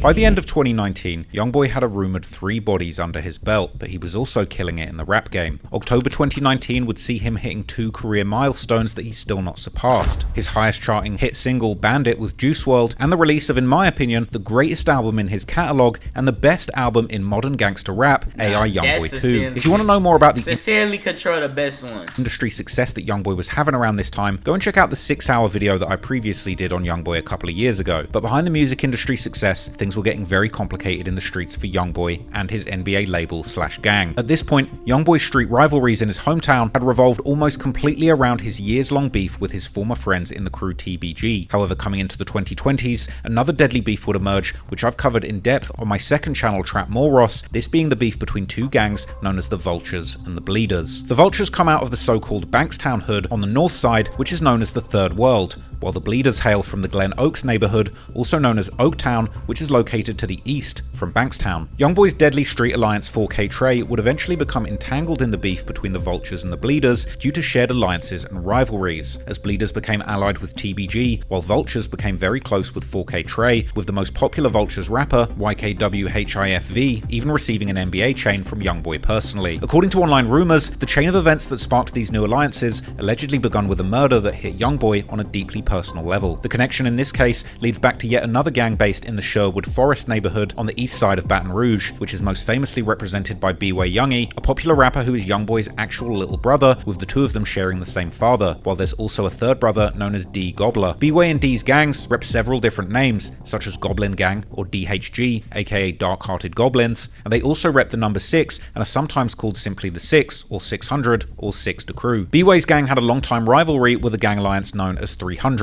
which was founded by youths from 2 different hoods, Mall City on the east side and Gardier aka G-Lane on the far south side. On the afternoon of December the 2nd, 2019, 17-year-old Javon Brown, aka Jay, an alleged member of the 300 Alliance, had just got out of the school bus on Ottawa Drive when 3 teenagers begun harassing him. What begun as a fistfight quickly escalated into gunfire. What I said, they probably got into a fight at school. What I just said, it probably was a fight. Then somebody pulled on him. And within moments, Brown was struck by a bullet and collapsed on the sidewalk. Approached him, they started a fight with him, and during that fight, one of them pulled... That's why I said, bro, people need to stop fighting, bro. Like, somebody will real life pick on you to fight you and unalive you, gang. Literally. And then say it was self-defense. Like, somebody will come up to you, you chilling, right? Come up to you, because they want to unalive you, but they don't want to go to jail for M. So they come up to you, pick a fight with you. Then once you get the punching first, they probably be like, hit me first. You swing. Iron out. Over like that, gang. Pulled out a gun and shot him. Brown was rushed to the hospital where he died early Tuesday morning. Almost immediately, detectives began rounding up suspects connected to the attack, and within 48 hours, 3 teens were in custody, including a 16-year-old Kevin Anderson, who had himself gotten shot by accident during the incident, as well as YoungBoy's brothers B-Way Youngie, real name Jeffrey Tate, and D Gobbler, real name... I didn't even know D Gobbler was his brother. Named Devontae. B-Way faced charges of being a participant in the incident, while his brother was booked for allegedly being the triggerman. I didn't even know that was his brother. Faced charges of being a participant in the incident, while his brother was booked for allegedly being the triggerman. The East Baton Rouge Sheriff's Office saying that it was 18-year-old Devon Tate who pulled the trigger, his brother Jeffrey charged as a principal, both avoiding capture until Wednesday. As Redditors later pointed out, the feud between B-Way's DHG crew and the 300 Alliance played a key role in drawing YoungBoy's 4K Trey gang into the war, once the 300 eventually aligned themselves with the Bleeders. And while YoungBoy himself had personally no part to play in this murder, people online consider this murder to have been the very first catalyst that started the war between these two alliances, that at this point included 4K Trey and DHG on one side, and the Bleeders and 300 on the other. Meanwhile, according to more online rumors, B-Way's charges were eventually dropped, but his brother D remains in jail on charges stemming from Jay's murder and other incidents that took place while he was out on bond. 300's revenge for this murder would come already a few weeks later, when 17-year-old Gervonta Taplin, also known as Tay 6, an alleged member of the DHG gang, was killed in a Christmas Eve home invasion. New at 5, this is our first look at the teenager killed early this morning in a shooting. His family tells us someone came inside Gervonta Taplin's home and shot him. Tay 6's alleged killer was arrested a few months later in February, and he would turn out to be 17-year-old Covarius Garner, aka Cutter, or Juice, according to the newspapers, who had confessed the murder to the police while also admitting that he was a member of 300. But while the law had so far been quick to catch both sides of this rivalry, 300 was already about to lose another member, as yet another gang would get involved in the war. The next victim would be 17-year-old Gyron LaBouffe, a promising young athlete and a rapper who was known by the stage name Gyron Bang. He was apparently active in the streets too, with pictures of him toting firearms and fistfighting circulating on Reddit. On the evening of Saturday, February the 8th, 2020, Gyron had left his home to go and buy a birthday gift for his mother at the Mall of Louisiana, the largest mall in the state and a popular hangout spot for the local youths. According to comments on Reddit, he bumped into 3 of his ops in the mall, leading to a fistfight, Gyron getting the better of one of them. This led those youngsters to come back with guns, catching Gyron on a street outside the mall, where they opened fire. First responders would find him suffering from multiple gunshot wounds near an apartment complex close to the mall, and they would rush him to hospital, where he would later pass away from his injuries. According to local news, Gyron's friend later told investigators that the two had indeed gotten into an altercation with a group of teenagers inside the mall. Later, as they left and headed towards a nearby trampoline park, they would run into the same group again, and after a brief exchange of words, that's when one of the teens pulled the gun and shot Gyron. But what the news didn't mention was that Gyron wasn't just an aspiring rapper, but also an alleged member of the 300 Alliance, who could be seen in his music videos, repping the gang while toting massive guns. Less than a week later, the local news would report how Gyron's alleged killers were captured, these being 3 teenagers who the police had tracked immediately after the shooting. 14-year-old Bradley Payne, 15-year-old Iman Street, and 16-year-old Frederick Tate, all facing second-degree murder charges. Dang, they under 16, gang? What? 14, 15, 16? Linked to the shooting death of Gyron. And they ain't even siblings. They all last name different. On LaBeouf. These teens would all allegedly be affiliated with gangs that were 300's rivals. But most interestingly, one of them would turn out to be a youngster named Bradley Payne, who is now better known as the rapper 38 Young'un. He hails from the very same area where YoungBoy himself grew up, around the 38th Street on the north side, and repping a gang known as the Northside Rangers, or NSR, which according to some Redditors is part of YoungBoy's 4K Trey Alliance. And 38 Young'un himself is seemingly very well connected to people close to YoungBoy, even having made a song together with one of NBA's main members, Ben 10. Following Gyron's death, particularly many members of DHG, the gang that was repped by YoungBoy's brothers B-Way and D, would diss Gyron mercilessly on social media due to their own beef with 300. This little man. Damn, that nigga wanted to join 16. Yeah. Damn, man. Rest in peace. Trying to hit the purple, son? You ain't trying to hit the purple, son? Man. You trying to hit the purple, son? Shut up. I bet. Well, we're gonna roll you up in that purple then, son. Straight up. B-Way himself would also seemingly participate in the dissing, like in his April 2021 song Goblin Gang, where he raps how he's never going broke again, adding that ish dead, just like Bang, which appears to be a targeted diss towards Gyron based on his rap name, Gyron Bang. Also, 38 Youngin himself has seemingly dissed Gyron in his music too, like in a song and music video that's since been deleted, where he raps how he smokes such strong weed that it makes him see J, B, and C, with J seemingly being a reference to J, aka Javon Brown, while B refers to Gyron Bang. C, on the other hand, refers to yet another dead 300 member called Chris, real name Christopher Fields, who was allegedly killed by his own friend. The two other suspects in the murder of Gyron, Iman Street, aka what this gotta do with anything YB, bro? Mond, and Freddie Tate, aka Tay Huncho, would later be convicted in the case, with Tate pleading guilty in 2022 after having the charges reduced, while Street also eventually pled guilty to reduced charges in 2024, still facing up to 30 years in prison. 38 Youngin's charges, on the other hand, were seemingly dropped, but he would be back in the news in 2023 when he and others were charged with allegedly committing crimes as part of a gang, known according to the local news as Never Broke Again Northside Rangers, this name obviously suggesting that the crew had branched off the original NBA crew around the 38th Street that was led by YoungBoy, with all this showing that if anything, 38 Youngin's ties to YoungBoy and NBA and his 4K Trey crews had only grown stronger. Members of a Baton Rouge street gang were formally charged. Bradley Payne, Jermonte Clark, Twain Bridgewater, and 3 juveniles were accused of being part of the NBA Northside Rangers. A grand jury indicted the 6 teens on charges within the criminal street gang statute. Them boys got a RICO. Damn! Oh! In an effort to make the charges stick. Somebody told on them. On Reddit, some users have claimed that Gyron's murder ended up escalating the city's gang war significantly. And while it's not clear whether that's true or not, the killing in the city would certainly reach its most of the people that be talking about this shit don't even stay down there. Peak during the early 2020s. But while these younger, YoungBoy sanctioned NBA crashouts were stoking these new deadly beefs, the 6th murder that occurred under YoungBoy's watch was much more personal.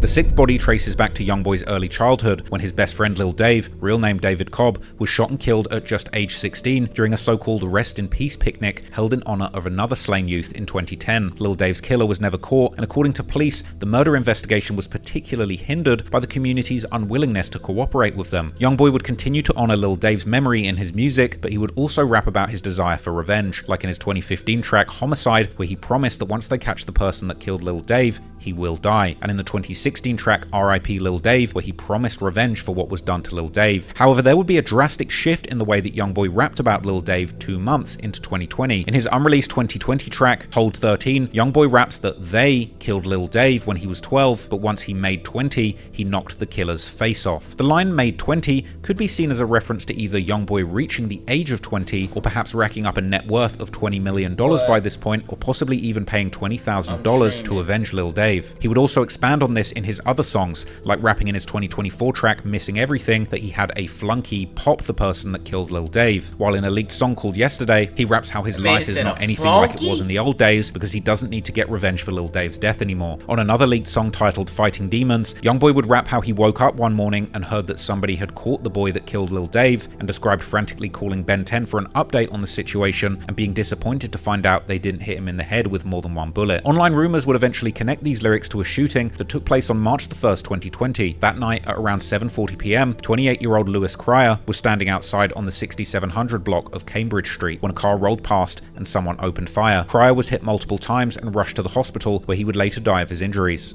Well, police are trying to get to the bottom of a drive-by shooting in Baton Rouge. Someone shot Lewis Cryer on Cambridge Street Sunday evening. That's just north of Airline Highway. In the streets of Baton Rouge, Louis Cryer went by the nickname Scooter, and allegedly he belonged to a gang known as the Young Goons, or YGs, who were the previous generation from the Bankstown hood before the Vultures got started. This gang was indeed long rumored to have been responsible for the murder of Lil Dave, with Reddit rumors even pointing to a specific 4K Trey member known as NBA Q, aka Lil Q, as being the person who avenged Lil Dave for YoungBoy. He would be someone that YoungBoy would shout out several times in his songs for being a shooter, apparently part of a deadly duo with another 4K Trey member called Big E, aka Chopper Boy, with one post circulating on Reddit claiming that Q has 3 bodies while Chopper Boy has just one, and one infamous 2017 2019 YoungBoy lyric would describe the duo carrying out a hit for him, saying that they run down their ops with a special delivery from YoungBoy. However, officially, the case of Scooter's murder remains unsolved, but all of these lyrics paint a vivid picture of this murder just being another part of YoungBoy's reputation as the infamous murder man of Baton Rouge. And Reddit comments, this man is finna get YB. YB finna get a Rico after this, bro.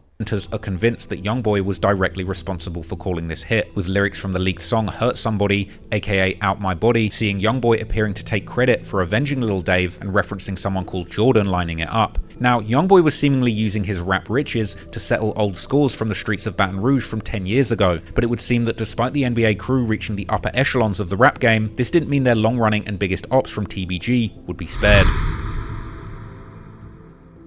During 2019 and 2020, the beef between NBA and TBG would reach deadly new heights. On songs, YoungBoy kept throwing shade at his old friends, like in the song Free D-Dog, released in April 2019, where he seems to imply that TBG used to run Baton Rouge, but now they can't claim that anymore, while proudly bragging how he had been getting so many people killed that he had made the whole city of Baton Rouge mad at him for putting so many big bags on people's heads. Unsurprisingly, TBG wasn't about to let this kind of disrespect go unpunished. The following month in May, YoungBoy was booked to perform at Rolling Loud, the biggest rap festival series in the country, where his name would be found on the 4th row of Sunday's performers. It's hard to imagine YoungBoy being so low on the billing now in 2025 when he's selling out stadiums back to back, but at this time in his career, he was still just a young and hungry rising star. And the festival taking place that year in Miami was stacked with other rap stars, many of these being the rap game's biggest artists at the time, descending on Florida to perform, including the likes of Lil Durk, Lil Wayne, 21 Savage, Kodak Black, and Chief Keef. Funnily enough, one of the other artists who was there was Young Thug, the very same person who, according to some rumors, had actually blessed YoungBoy's 4K Trey gang into the official Money Murder Blood Gang umbrella. Early Friday morning, as YoungBoy was allegedly out partying with Young Thug, a shooting would take place on an interstate highway. TMZ would break the story, reporting how the target of the shooting had been Young Thug, but other outlets like the Miami Herald would later report how YoungBoy had also been present. A couple months later, in June 2019, one of TBG's main rappers and alleged main shooters, Lit Yoshi, would release a song titled Cutter, where he would drop some very interesting bars about him and another TBG rapper, Seven Hardaway, catching their ops on an interstate and adding how Seven was driving while Yoshi was shooting, with fans on Reddit later connecting these lyrics to that Friday morning shootout. But unfortunately for YoungBoy, his troubles in Miami were just getting started, and only a few days later, on Sunday the 12th of May, when he was supposed to be taking the stage at Rolling Loud, he was targeted by shooters in broad daylight at one of the most high-profile hotels in the whole of Florida, the Trump International Hotel and Beach Resort in Sunny Isles. As online, like, how you thought you was finna get away with hitting at somebody there? Like, gang, it's so many cameras around there, bro. You finna get caught, gang. sleuths would later put together, YoungBoy had made a crucial mistake, leaving his geolocation on whilst tweeting, giving up his... You can't... Oh, he did. You can be anything. We go put that iron on you. You dang Sunny Beach, Florida. And I know for sure that was an accident. Cuz just probably learned how to work Twitter. Dang. His location to his ops, and as he and his entourage were about to make their way to the festival, they would be ambushed outside the hotel by assailants who pulled up in a black Cadillac Escalade. As shots were fired from the Escalade in the direction of YoungBoy's entourage, it would trigger an immediate return of fire from members of his own NBA team who were carrying their own weapons. From here, complete chaos ensued, as gunslingers from both parties engaged in a Wild West-style shootout in the middle of a busy tourist hotspot. By some miracle, YoungBoy would again escape unscathed, while his girlfriend at the time would get hit on the shoulder, and 3 bystanders were engaged in a Wild West-style shootout in the middle of a busy tourist hotspot. By some miracle, YoungBoy would again escape unscathed, while his girlfriend at the time would get hit on the shoulder, and 3 bystanders would also be grazed, including a 5-year-old child. But most tragically, however, one of the stray bullets would end up hitting a bystander named Mohammed Girardi, who would pass away from his injuries. After the shootout was over, and before the police and the news media would take over the crime scene, YoungBoy would somehow manage to flee the scene and still make it to his performance at Rolling Loud, before he was ultimately hunted down by the police and arrested for... Like, gang, I gotta make it to this performance, bro. We gotta dip. We gotta dip, bro. Police ain't even recognize. It's so much going on. I already know how it go. So much going on, they didn't even know he left. Violating his probation for allegedly taking part in the return of fire. When He already knew he was finna go down. He had to go to this show before he go down. came to the actual assailants, on the other hand, the Miami police were quick to make the connection that they were likely YoungBoy's rivals from his home state of Louisiana, but their exact identities and motives would remain unknown for some time, although the online sleuths were quick to notice how Lit Yoshi had been posting himself on social media sliding around Miami, armed with the exact weaponry that the police would later connect to the shooters. Coming into 2020, the war would continue back in Baton Rouge, where on the 22nd of March 2020, a shooting would occur. Nah, Chopwood Ross is the police, bro. Miami, armed with the exact weaponry that the police would later connect to the shooters. Coming into 2020, the war would continue back in Baton Rouge, where on the 22nd of March 2020, a shooting would occur at the family home of 37-year-old NBA affiliate named Travis Parker, known in the streets as T-Baby. T-Baby was shot and killed, while a 62-year-old woman believed to be his mother would be wounded, but survived. In the aftermath of the shooting, fans would notice that TBG rapper Fredo Bang appeared to be trolling 4K Trey member YMM Captain by liking his tribute post to T-Baby, possibly hinting at TBG's involvement in the murder. Just like after Dump's killing, when Boulevard Quick was gunned down only months later in what many saw as retaliation, the revenge was about to come again, only this time it would only take 1 week. On Sunday the 29th of March 2020, a 36-year-old man was found shot to death in front of a Food Mart and gas station on the north side of Baton Rouge. Police would later identify the man as Jason Nixon, a well-known TBG affiliate better known by his nickname Dutch, who had often been seen alongside TBG artists like Fredo Bang, Lit Yoshi, and Boulevard Sleepy. Dutch was also apparently known in the streets of Baton Rouge as a certified stepper who had been putting work in for likely a couple of decades at this point. TBG members would post numerous tributes to Dutch on social media, while NBA and 4K Trey affiliates were exhilarated, with BBG Baby Joe immediately posting a story on Instagram with a caption saying how he knew that TBG were hurting, together with a foot emoji implying that 4K Trey had stepped on them, while Ben 10 would later rejoice during an Instagram live, pointing out how TBG now had 3 dead members who they can't get back. My kitty can't walk. Hey, what fan? Your brother dead. 3 on dead, I'm 3. They can't get him back. Yeah, shit. What you say?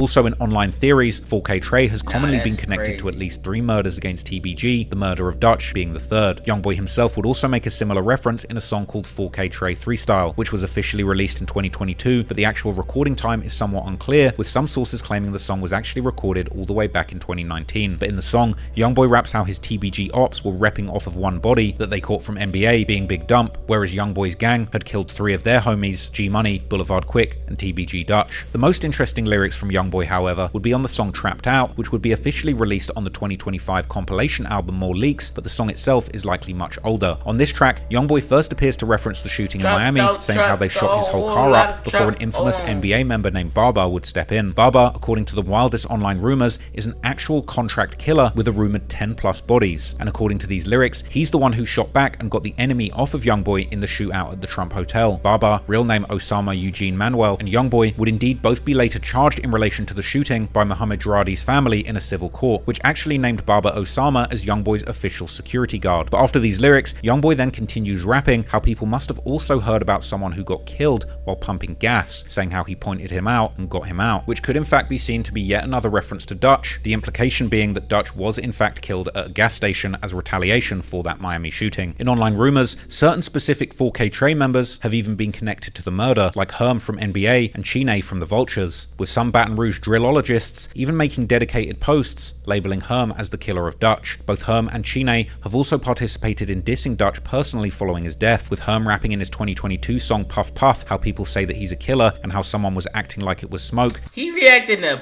he going through Herm's?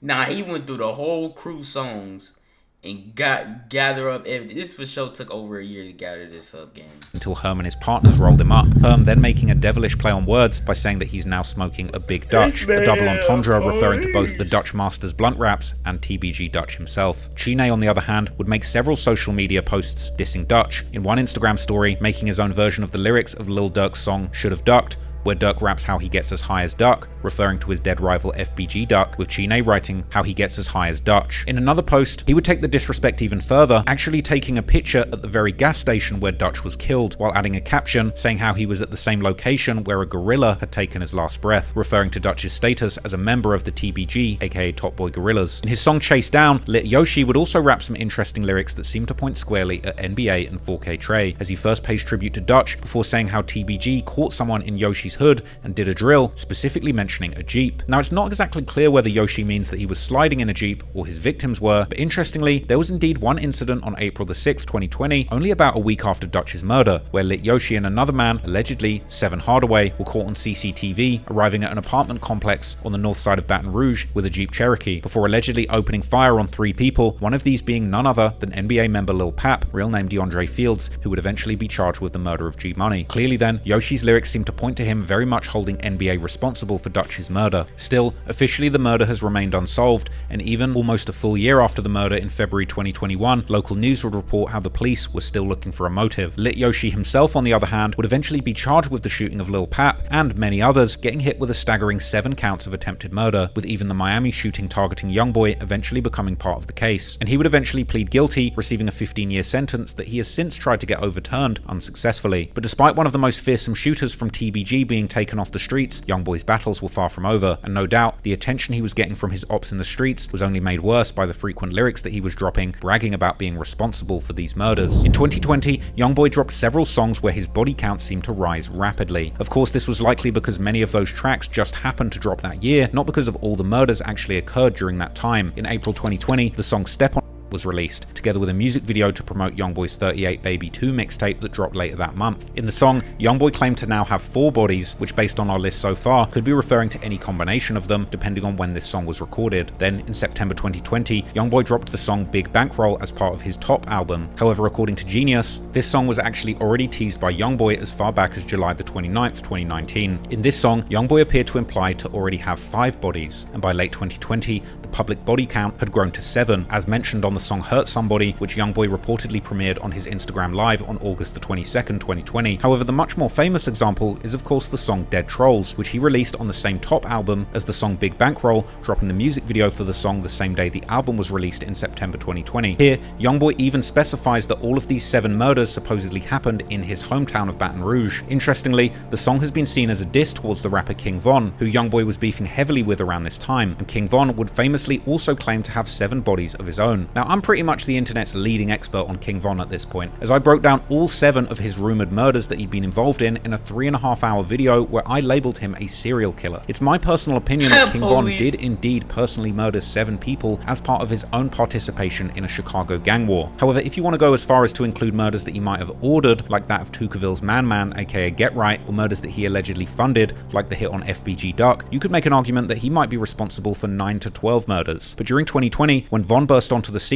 amid claims that he had 7 bodies under his belt, he quickly became the most buzzing gangster rapper in the scene. This just so happened to be the time when YoungBoy was beginning to drop lyrics where he too would brag about having 7 bodies. It seems to me that there was a degree of insecurity on both sides when it came to Von and YoungBoy, leading to a twisted rivalry and competition about who was the biggest killer. But with YoungBoy, it's safe to say that things are much more complicated, because as he has also said in his songs, he wasn't the actual trigger man in any of these murders, but rather just the one paying for them. I believe that King Von disliked YoungBoy because he didn't believe his claims of having bodies to be valid, considering that he was paying hitmen and claiming the murders his crew was doing, unlike King Von, who had seemingly got his hands dirty and personally killed 7 times. Unfortunately, the rivalry between YoungBoy and Von would get very complicated, as Von would provoke YoungBoy by taking photos with the mother of his child, Jania. Interestingly, after this, one of YoungBoy's most feared enforcers, NBA Ben 10, would actually promise to kill Von for what Jania did with him. But whoa, word just came back.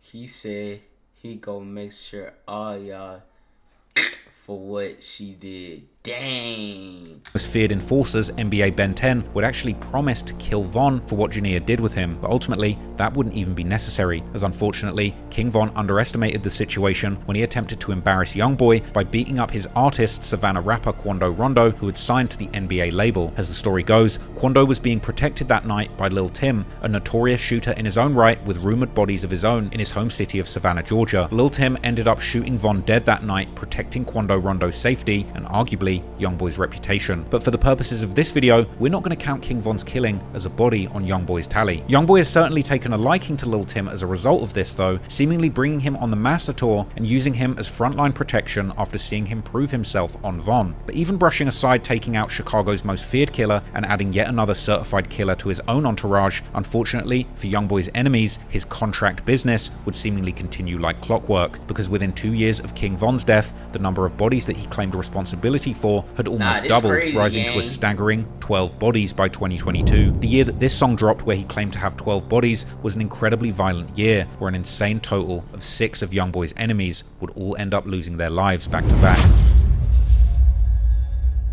The summer of 2020 in gangster rap was truly a battle. This man Trap Boy Ross, bro. This man is a troll, folks.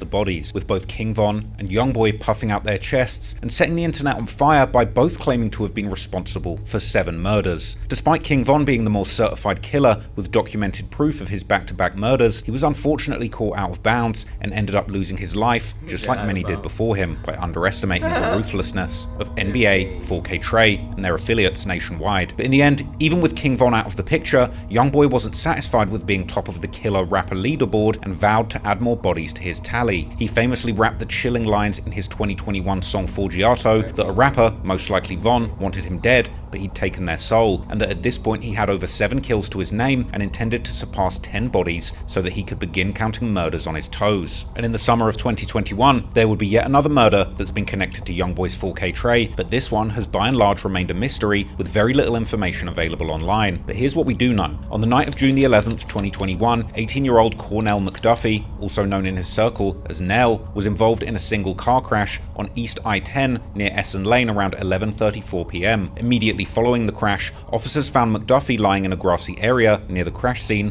while 3 others attempted to flee on foot. Subsequently, the 3 people were arrested, but they were uncooperative, while McDuffie was transported to a nearby hospital where he later died from his injuries. The police connected the crashed car to a shooting that had taken place right before the crash, about 3 miles west on the 2200 block of Ballish Drive, which is why the local newspaper The Advocate would first report that Nell had died due to a gunshot wound. However, an autopsy would reveal no gunshot wounds, meaning that Nell's fatal injuries were in fact from the car crash itself. Following Cornell's death, his balloon release was held in Gardeer, one of the strongholds of the 300 Alliance, and later on, members of 300, including their perhaps most well-known rapper, Rel Bang, would engage in an interesting conversation with some 4K Trey members on the Clubhouse app, during which YoungBoy's alleged cousin, Hu Gang D, aka Scully, seemed to reference a shooting incident like the one that had preceded Nell's death, but calling the dead person Cornelius, possibly mispronouncing Cornell's name while saying that he had put the iron on that boy and gunned him down. Hey look, hanging out the one that's trying to flush him on the interstate. I'm telling you. Hey, now you were hanging out that window. Man, look. Hey, say. Pull up that 06. Hey, look. Hey, call Ben. Call him. Man, you boy. Ain't your work, man. Stop rapping. I don't do no rapping. I don't gotta rap. Hey, and I put your people Cornelius up. Hey, where you at? Put the hand on that boy. Dang. You ain't kill that man. Straight up say he did it. You ain't kill that man. You hit that man in his leg. Gun them down. Hit him with that flash. Hit him with that. He's in the leg for dancing around this. This for real, man. Hey, say come on, man. Hey, Lynn, man. Hey, say that. Thought he was spinning there, chasing them down. Now he in the grave. Hey, say y'all be going to the most man, who gang these boys? Like, doing too much screaming on here. You heard me? I put the iron on the plate like I'm blind. Yeah. Boy, yeah. Waiting on the talk to you, boy. Where you at?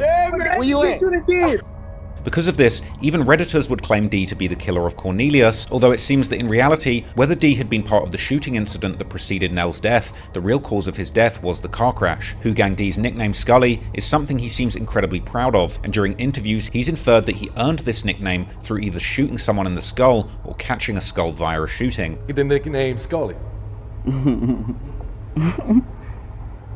From that first answer, From this tattoo, I'm just saying like that. The gun, shooting the skull. Yeah. It's good.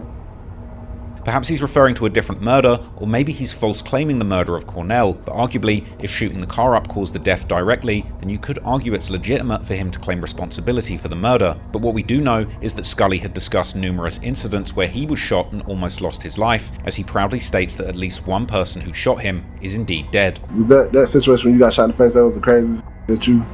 That dead. He ain't coming back. You just leave him in the past. You know what I'm saying? Yeah.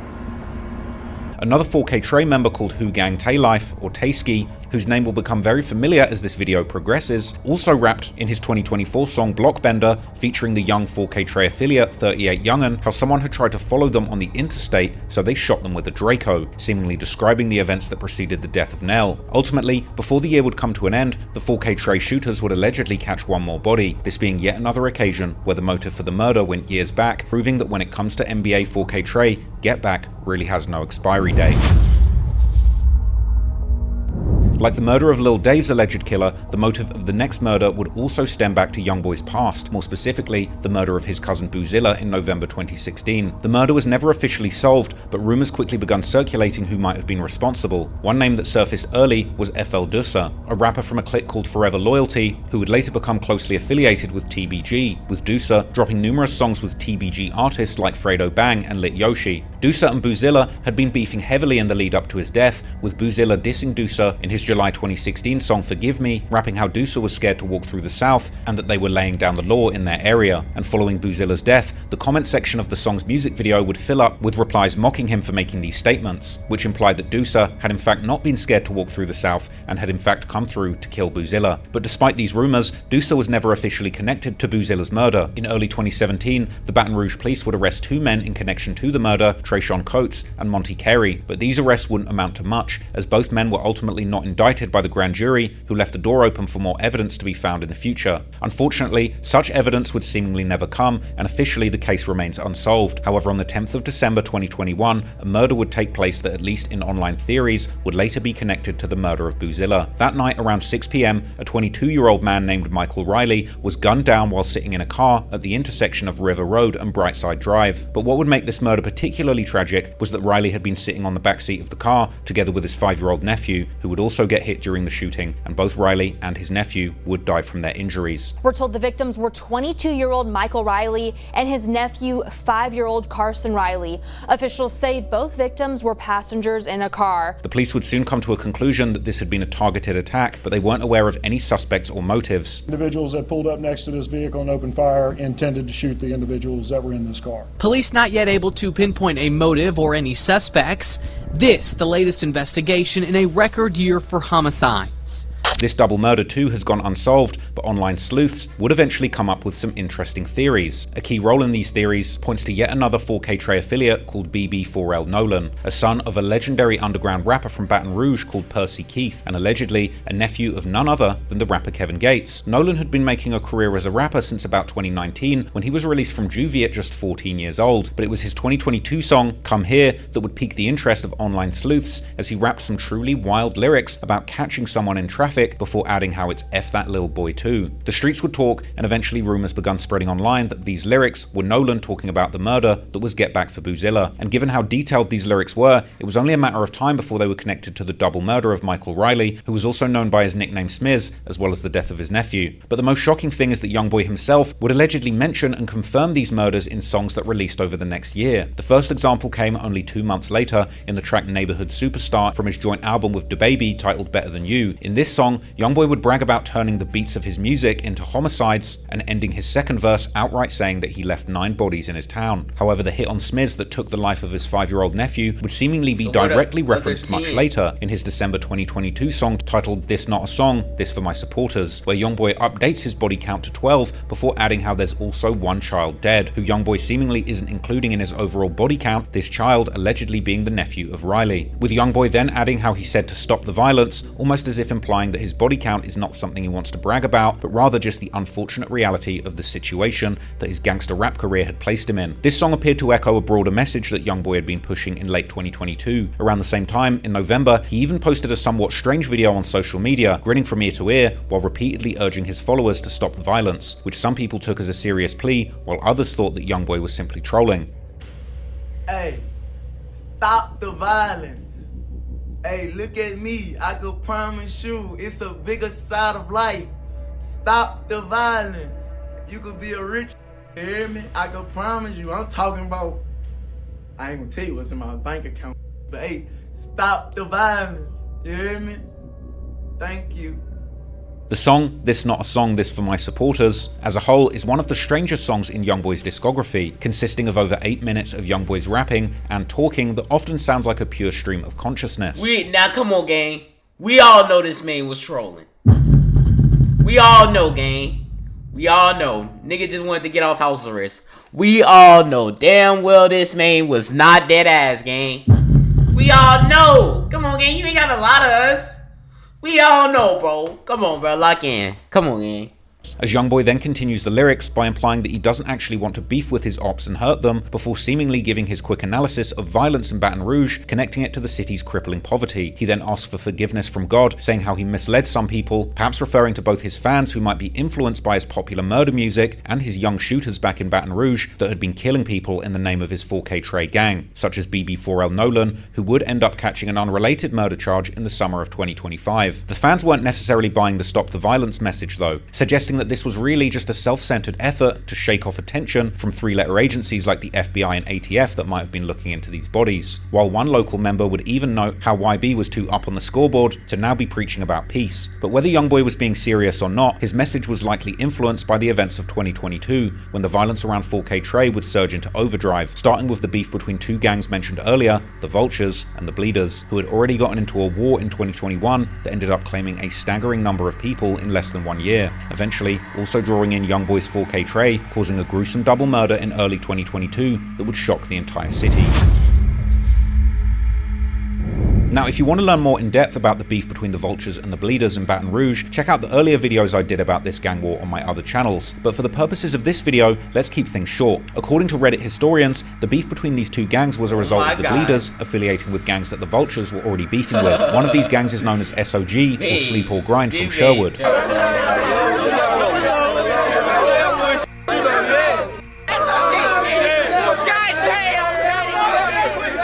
According to some theories, things escalated after the Vultures would rob one of SOG's members of their chain, which they would then brag about on social media, with an original Reddit post from the 19th of April 2021 showing the Vultures rapper YKWHIFV posting a picture of the chain together with the caption, "What's this?" This would allegedly cause an SOG member called Sherwood Marty, an old affiliate of TBG members like G Money, to put a bounty on Vultures members' heads. And only 4 days later, on the 23rd of April, a man named Aaron Batiste on Vultures members' heads. And 4 days later, on the 23rd of April, a man named Aaron Batiste, also known as Zip from the Vultures, was shot and killed on the 12,000 block of Plank Road after he had just celebrated his 29th birthday. His killer was seemingly never caught, but the Bleeders would take part in dissing him, like the rapper Hotboy Do, who would make an Instagram caption thanking God for letting him see 20 because he knew someone who had died on their birthday. The revenge would seemingly come only 2 days later, when 25-year-old Devonta Ennis, aka Vitae from the Bleeders, was gunned down on the north side, and his alleged killer was arrested and eventually even convicted of this murder, before the conviction was ultimately overturned in 2025. But regardless of who was really behind this murder, the Bleeders blamed the Vultures, and what followed was a brutal wave of alleged back-to-back revenge killings, which would also eventually drag in the NBA 4K Trey crews directly into this deadly rivalry. The first get back took place on October 2021, when 25-year-old Jermorius Ferguson, a brother of the Vulture rapper YKWHIFV, and another member known as Debug, was outside of a home in East Baton Rouge when someone shot at him from a passing vehicle, injuring him seriously, and he would eventually pass away months later. The police later noted that they didn't consider Ferguson to have been the intended target of the shooting, perhaps implying that V or Debug might have been the actual targets of the shooting. Later that month, the Bleeders allegedly struck again when 23-year-old Malakar Demoulin, better known as the rapper YKWHIF Car, was shot in his car in a Holiday Inn parking lot. This was followed 3 days later by the murder of the rapper and SOG member Mu Gotti, real name Jamonte Davis. At this point, 4K Trey were already indirectly involved in the beef through their close connections connections with certain Vultures members and their rivalry with the 300 Alliance, who in turn had become affiliated with the Bleeders, and who at this point weren't just directly beefing with the YoungBoy's brothers gang, the DHG, but also openly dissing 4K Trey members, like the 300 rapper Rel Bang rapping in the August 2020 song Smoke Talk how he plans on hitting Ben 10 from NBA with 10 bullets. However, it would end up being the next incident that would get the 4K Trey crew directly involved, as YoungBoy's right-hand man Ben 10 and his cousin Marvin Batiste were shot at while driving on a highway in Prairieville, just southeast of Baton Rouge. The shooting, which police quickly determined to be a targeted act of retaliation, left Ben, the apparent target, wounded, while his cousin Marvin was killed. The Bleeders would seemingly hint at being responsible a few months later, as Bleeder member 40 Glock U rapped on the song Gator Pack how someone got killed but the target had been Ben. Ben would reply to the dissing, saying how his cousin was not in the streets and therefore didn't deserve to be killed. Yeah, these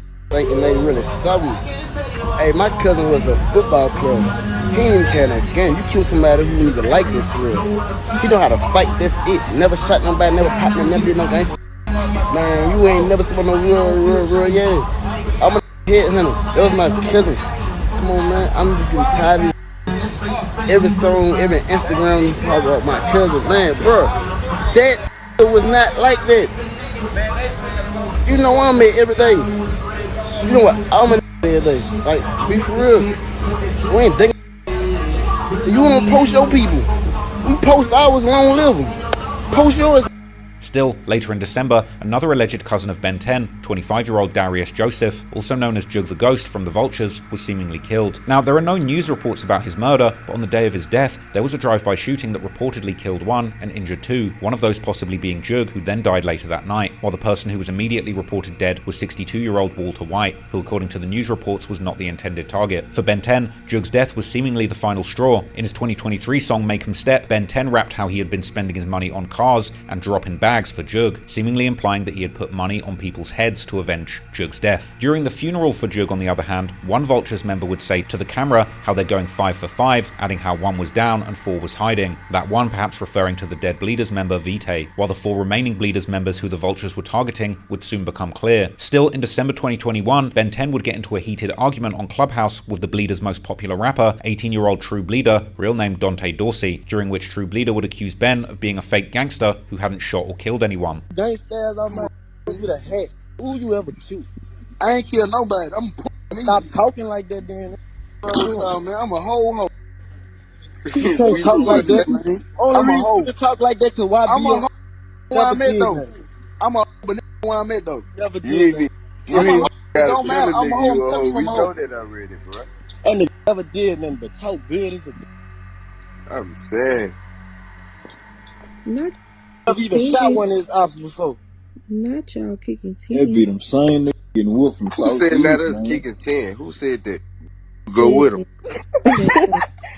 Then, in January 2022, the Bleeders released what was perhaps their most disrespectful song and music video yet, Pick Your Partner Up, a direct shot at the Vultures. In the song, True Bleeder's brother, Co-Bleeder, aka Oak Boy Coco, would rap how he will switch the Vultures down to see if they can really fly, while another Bleeder rapper called Peasy would rap how they've been killing their ops ever since Vitae died, implying how they had indeed been behind many murders against the Vultures. But their luck was about to run out, and on the 25th of February, while True Bleeder, Co-Bleeder, and some of their friends were leaving the Mall of Louisiana after a shopping spree, they were ambushed by what seemed like a planned assassination crew, who arrived with 2 cars and opened fire on the car of True Bleeder and the others, killing True Bleeder and his friend Cliff, real name Clifton Lindsay, on the scene, while injuring 2 others, and a gruesome video showing the aftermath of the hit was captured at the scene. Interestingly, after this truly shocking incident, it wasn't the Vultures who were doing most of the dissing, but rather none other than YoungBoy's 4K Trey crew personally. YoungBoy's brother B-Way Youngie would post a story right after the incident saying LOL with a laughing emoji, and also seemingly trolling everyone by liking a tribute post made for Bleeder. B-Way had a very personal reason to hate True Bleeder, as he had allegedly been shot by him in the past. Ben 10, who had just been arguing with True Bleeder online a few months earlier, posted himself on Instagram listening to True Bleeder's music, and filmed himself walking in that Mall of Louisiana while taunting how he can't go out like them other boys. And I go out like them other boys.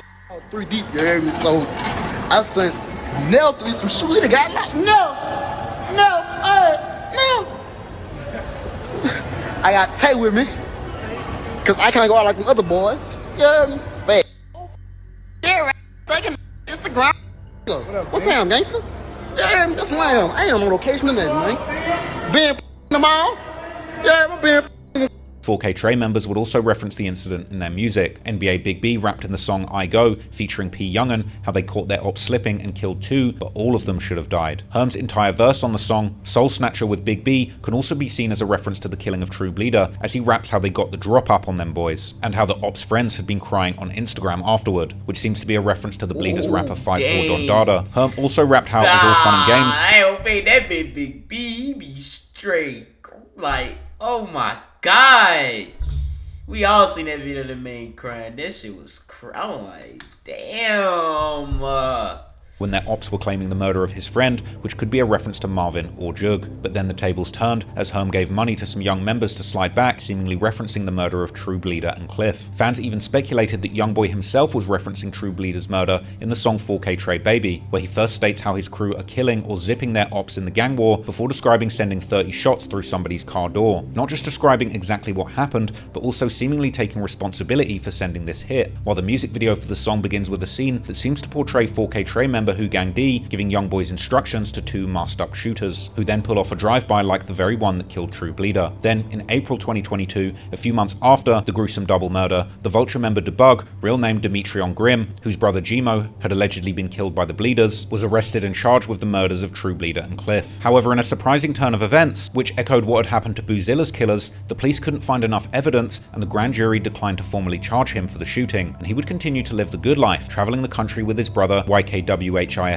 who seemed like he was about to sign a deal with YoungBoy's NBA label. Meanwhile, on Reddit, the online sleuths would gather lists about all the people who had allegedly been on the True Bleeder hit, these allegedly including both Debug and his brother, the Vulture's rapper V, the 4K Trey member Who Gang Tay-Life, and 2 other Vultures members called 1012 and CJ, as well as another 4K Trey member called Oaktown J, also known by the menacing name Headstone, who according to some Redditors actually plays one of the shooters in YoungBoy's 4K Trey Baby music video. But while the charges against Debug wouldn't stick, he too would eventually meet street justice, as he was killed in a 2024 triple shooting that we'll discuss more later. But meanwhile, after the murders of True Bleeder and Cliff, it would only take a few months for another body to drop, as 4K Trey's old rivals, the TMH gang, would end up losing another member. On the 28th of March 2022, at around 4 PM, 20-year-old Frederick Harris, also known as TMH Free Throw, an alleged member of the Too Many Hitters gang, who had been beefing with NBA and 4K Trey for years. Bro, watch an hour and 20 minutes, bro.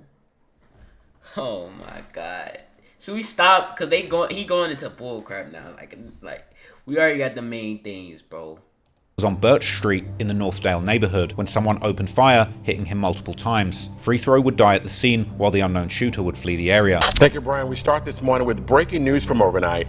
Baton Rouge police now identifying a man gunned down in senseless violence that happened yesterday. Police say 20-year-old Frederick Harris was shot multiple times yesterday on Birch Street, which near Scenic Highway, just after 4 p.m. Officers say Harris died on scene and don't yet have a motive or suspect in custody, but if you have any information about the shooting, you're urged to call Crime Stoppers. That number is 344-7867. The murder of Free Throw went unsolved for years. 6'7". 4K Trey members would diss him regularly, making it clear that they wanted at least the public to think that they were behind the hit. In the song Make 'Em Step, where Ben 10 also mentioned about dropping bags for Jug, he also rapped about giving $2,500 for a free throw, which fans would read as him literally paying $2,500 for the hit, although some thought that Ben's calculations were slightly off and he was actually talking about $25,000, not $2.5K, while others figured that plenty of young crash outs in the trenches were probably really willing to kill people for just a couple thousand. Ben 10's young 4K Trey homie Bossman will also diss Free Throw on an Instagram snippet while showing a video of himself seemingly digging a grave for him. And Who Gang D, aka Scully, would also diss him in music, rapping on the song Grave Digging Season that somebody shot the free throw like it was basketball. The Bleeders, on the other hand, who were also close with TMH, were hinting on social media that they had gotten revenge for Free Throw, with Co-Bleeder writing on his Instagram story how they had sent a present to Free Throw from the afterlife. The get back that Co-Bleeder was talking about may have been a shooting in December 2022 when an alleged 4K Trey member named Oaktown J, aka Headstone, real name Jamal Abdul Aziz, was shot in the Oakley Apartments located in southeast Baton Rouge and taken to hospital in critical condition. According to hip-hop media sites, Jay had been released from jail only days before the shooting, while he would eventually pass away from complications related to the shooting, with some Reddit sources claiming that he had gotten sick at the hospital while recovering from his gunshot wounds. But that wouldn't prevent his ops from claiming the kill and dissing him, with TMH and the Bleeders member Teflon Webby in GTA, aka Web the Block, who according to online detectives was one of the people behind the shooting, rapping in one of his his songs how he got Get Back for Lil Friezo, another nickname for 3 Throw. Meanwhile, another TMH member, TMH32 Shots, aka Monkey, the person who some believed was responsible for shooting up YoungBoy's grandmother's house years earlier, posted on social media in March 2024 how it didn't matter how long it took and people were going to die for 3 Throw. 3 Throw's alleged killer was eventually caught in GTA 2025, turning out to be 31-year-old Joseph Jacobs, who is an alleged 4K Trey affiliate known as Quell, with 4K Trey members like Pistol P posting free him on social media following the arrest. A very interesting thing to post, since some people on Reddit had accused Pistol P himself of being responsible for the murder of 3 Throw, and another unsolved murder we'll discuss later. But by this point, it was already the third body in 2022 that people were pinning on 4K Trey, now amounting to a grand total of 12 murders. As previously mentioned, by the end of 2022, YoungBoy's body count in his music had grown to 12 bodies and 1 child, as he made clear on his song This Not a Song, This For My Supporters. Several more murders would take place in the latter part of 2022, however it's likely that some of these murders occurred after YoungBoy recorded music referencing 12 bodies that didn't end up getting rolled out until after more murders had actually happened. For example, in May 2023, on the track I Want His Soul that was released on his Richest Op mixtape, YoungBoy's body count was still at 12, with YoungBoy promising to make it 13. Ironically, it was around this time that I was working on my original YoungBoy documentary, Real Killer or Fake Gangster. However, at the time, there were still many gaps in my body count which was much less accurate than in this video, and at the time, I came to the conclusion that perhaps YoungBoy might have been embellishing the murders in his music, or at least broadly claiming the crimes of others as his own. However, as many in the comments on a Reddit post about this perspective noted, none of YoungBoy's enemies other than King Von had come out to talk down on YoungBoy's reputation as a murder man, which many people believed spoke volumes. Indeed, it seems there was perhaps more truth to YoungBoy's lyrics than anybody first thought, but unfortunately for his enemies, he was far from done. In fact, things were just heating up, and only a few months later, another rival would end up dead. On the 5th of June 2022, 24-year-old Deontay Veal was gunned down at his house in Winnebago Street near Plank Road in broad daylight around 4:15 p.m. Baton Rouge police are investigating 2 shootings that happened less than a mile apart from each other. Police say 24-year-old Deontay Veal was shot and killed on Winnebago Street. That's right off of Plank Road. We're told this happened at around 4:15 this afternoon. Veals died at the scene. In the streets, Veal was known as Didi Blanco, from a hood known as Darkside on the north side of Baton Rouge, but he was also close with a crew known as 60 Gang, both of these gangs being affiliated with the Bleeders. Didi's murder was one of 4 shootings that happened in that area within just 20 hours, but it's not clear if any of these incidents were related. Once again, 4K Trey members weren't holding back when it came to dissing their newest dead op, with Who Gang D immediately posting on his Instagram story a picture of him with Ben 10 and his cousin Marvin, together with the caption, "Go pick that dude up." In his December 2022 song Crash Out, D also rapped how he has DD in his blunt and blood in his eyes. But perhaps the most telling lyrics came from Who Gang Tay Life, aka Taysky, who rapped in his May 2023 song Lonely how they killed someone on his own street. While in his 2024 song Creature, he seems to even admit that the shooter was him, rapping how they did him bad in his yard. Yet another Who Gang member called Dre Life took the disrespect to a new level in his 2024 song Don't, where Charlie Ross going through the crew music. He going through everybody, no matter who it is. He just going through everybody. You know why, B Gang? He going through your music. How Didi had been shot in the head so bad his whole face was gone. No wonder then that 4K Trey, and particularly Who Gang, are commonly considered to have been behind this murder in online rumors. And after Didi's murder, it would take less than a week before they would allegedly strike again. T Measy, real name Tremaine Phillips, was another alleged TMH, aka Too Many Hitters member, whose murder had been connected to YoungBoy's 4K Trey gang. On the 11th of June 2022, T Measy and another man were out in front of a corner store on the 4000 block of Gus Young Avenue when someone opened fire on them, hitting T Measy fatally and critically injuring the other man. BRPD also investigating this shooting that killed one man and sent another to the hospital. Police say the shooting happened just before 10 this morning in front of a store on Gus Young Avenue, not far from North Foster Drive. Investigators say 23-year-old Tremaine Phillips died. A 26-year-old man was injured. And news in 6. After the murder, gruesome images were posted online, allegedly showing a fallen motorcycle and what was left of Measy's head on the pavement after he'd been allegedly hit in the face with a switch, with one Redditor accurately describing him as having his whole head blown off. His friends like the Bleeders rapper Ruger Rudy and TMH rapper TMH Joker paid tribute to Measy soon after. How did he find all this? hit in the face with a switch, with one Redditor accurately describing him as having his whole head blown off. His friends like the Bleeders rapper Ruger Rudy and TMH rapper TMH Joker paid tribute to Measy soon after his death and threatened to get back, while his ops like the Vultures member CJ begun immediately dissing. One Instagram account specialized in the war between TBG and 4K Trey even posted DMs between Measy and someone else where the other person appeared to threaten to kill Measy, but it's not clear who this person was. However, according to another Redditor, Who Gang Taylife had posted right after Measy's death that he had been the last person to see him, essentially implying that he had been the shooter. While a few months after the murder, he posted a picture on Instagram with the caption, "Stood over old boy and watched his head jump," which people believed was a reference to the shooting of Measy and the graphic picture that was taken at the scene. In his September 2022 song called Why Me, Taylife would even rap how he had to make sure that he hit someone in the head and how his head was bouncing like a basketball in the NBA 2K video game. These lyrics seemingly referencing either the murder of T Measy or Didi Blanco, which have both been connected to Taylife in online rumors. In his 2024 song Op Shopping, Taylife would also rap how he caught someone coming out of the store, which seemingly happened with Measy, who was indeed killed in front of a corner store. YoungBoy's brother B-Way, on the other hand, rapped in a freestyle during his vlog with the Taboo Room with Aaron S, where he mentioned someone trying to get away with a bike before getting shot in the face, which seemed to be yet another reference to Measy, who died next to a motorcycle. After the tape, Chris got it on prank on that bike, you can't escape. Got hit all in the face, go pick him up for it's too late. And I try to keep my cool, but I'm dying behind my name. Them chopper bullets bang, yeah. All you see is flames, yeah. Bust the first one, bust it back. And we on your. Also, NBA's Ben 10 has been connected to T Measy's murder, and that's not all, because according to some, Ben 10 has actually been the one to finance every one of the past 5 murders that I've mentioned, from True Bleeder and Cliff to 3Fro to Didi Blanco and finally T Measy. Meanwhile, TMH were looking for get back by any means necessary, and even people in jail weren't safe, with TMH 32 Shots, aka Monkey, who had allegedly shot up YoungBoy's grandmother's house back in the day, posted a video on his Instagram story seemingly showing the aftermath of him stabbing someone for Measy in jail. It was crazy. Fat Joe ain't got no eye no more. He can't see. Come on, little teenager, stop playing.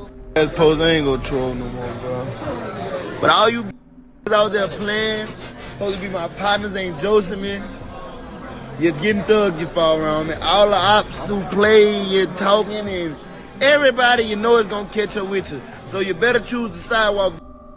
There had already been about half a dozen people killed in 2022 alone who were connected to YoungBoy's 4K Trey, but in September they would allegedly catch their biggest score of the year as they would once again go against their oldest rival TBG, taking the life of one of their most beloved members. In 2022, the feud between 4K Trey and TBG would flare up once again, and another rising Baton Rouge rapper, who was a big name in TBG, would end up losing his life. Seven Hardaway was already 33 years old, and by no means a newcomer in rap, but he'd been recently making some moves in the early 2020s that had put him on the map when it came to up-and-coming rappers from Baton Rouge, often dropping music with his good friends and TBG label mates. One thing about in the city, well, the state of Louisiana, but niggas is not finna make you blow up, gang. If you ain't already popping, gang, you better stay out the way, son. They finna make sure you don't blow up. Especially your ops. Your ops gotta try their hardest to make sure you don't sign no deal. Cause they know if you sign a deal, you get some money. Boy, they finna get.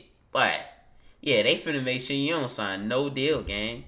Fredo Bang and Lit Yoshi, whose music careers had all been gaining momentum due to their viral beef with YoungBoy. Like other TBG rappers, Seven Hardaway had also taken part in dissing YoungBoy, prime example being his December 2020 song Treason, which he would begin by rapping about YoungBoy's early days when he was still cool with TBG, saying how he tried to coach him, but YoungBoy disregarded his advice and got lost in the rap game. He would also belittle YoungBoy for having beefs with famous people like Floyd Mayweather and Jay Prince, telling him that he's acting stupid, illiterate, and immature, as well as later dissing YoungBoy's use of auto-tune, his lack of street cred, and his hunger for clout, saying that he can't rap and that he never did anything in these streets, inferring that his whole demonic persona is fake. In August 2022, Hardaway released an EP called Transition, where he continued the dissing, like on the song Sinister, where he would diss YoungBoy by saying that while his albums are doing good, his partners back in Baton Rouge are getting killed. After hearing about these lyrics, NBA Big B would comment asking who died, insinuating that nobody from their side had been killed recently. However, just a month later, someone would end up dead. On the night of Tuesday, September the 20th, He pinned the message?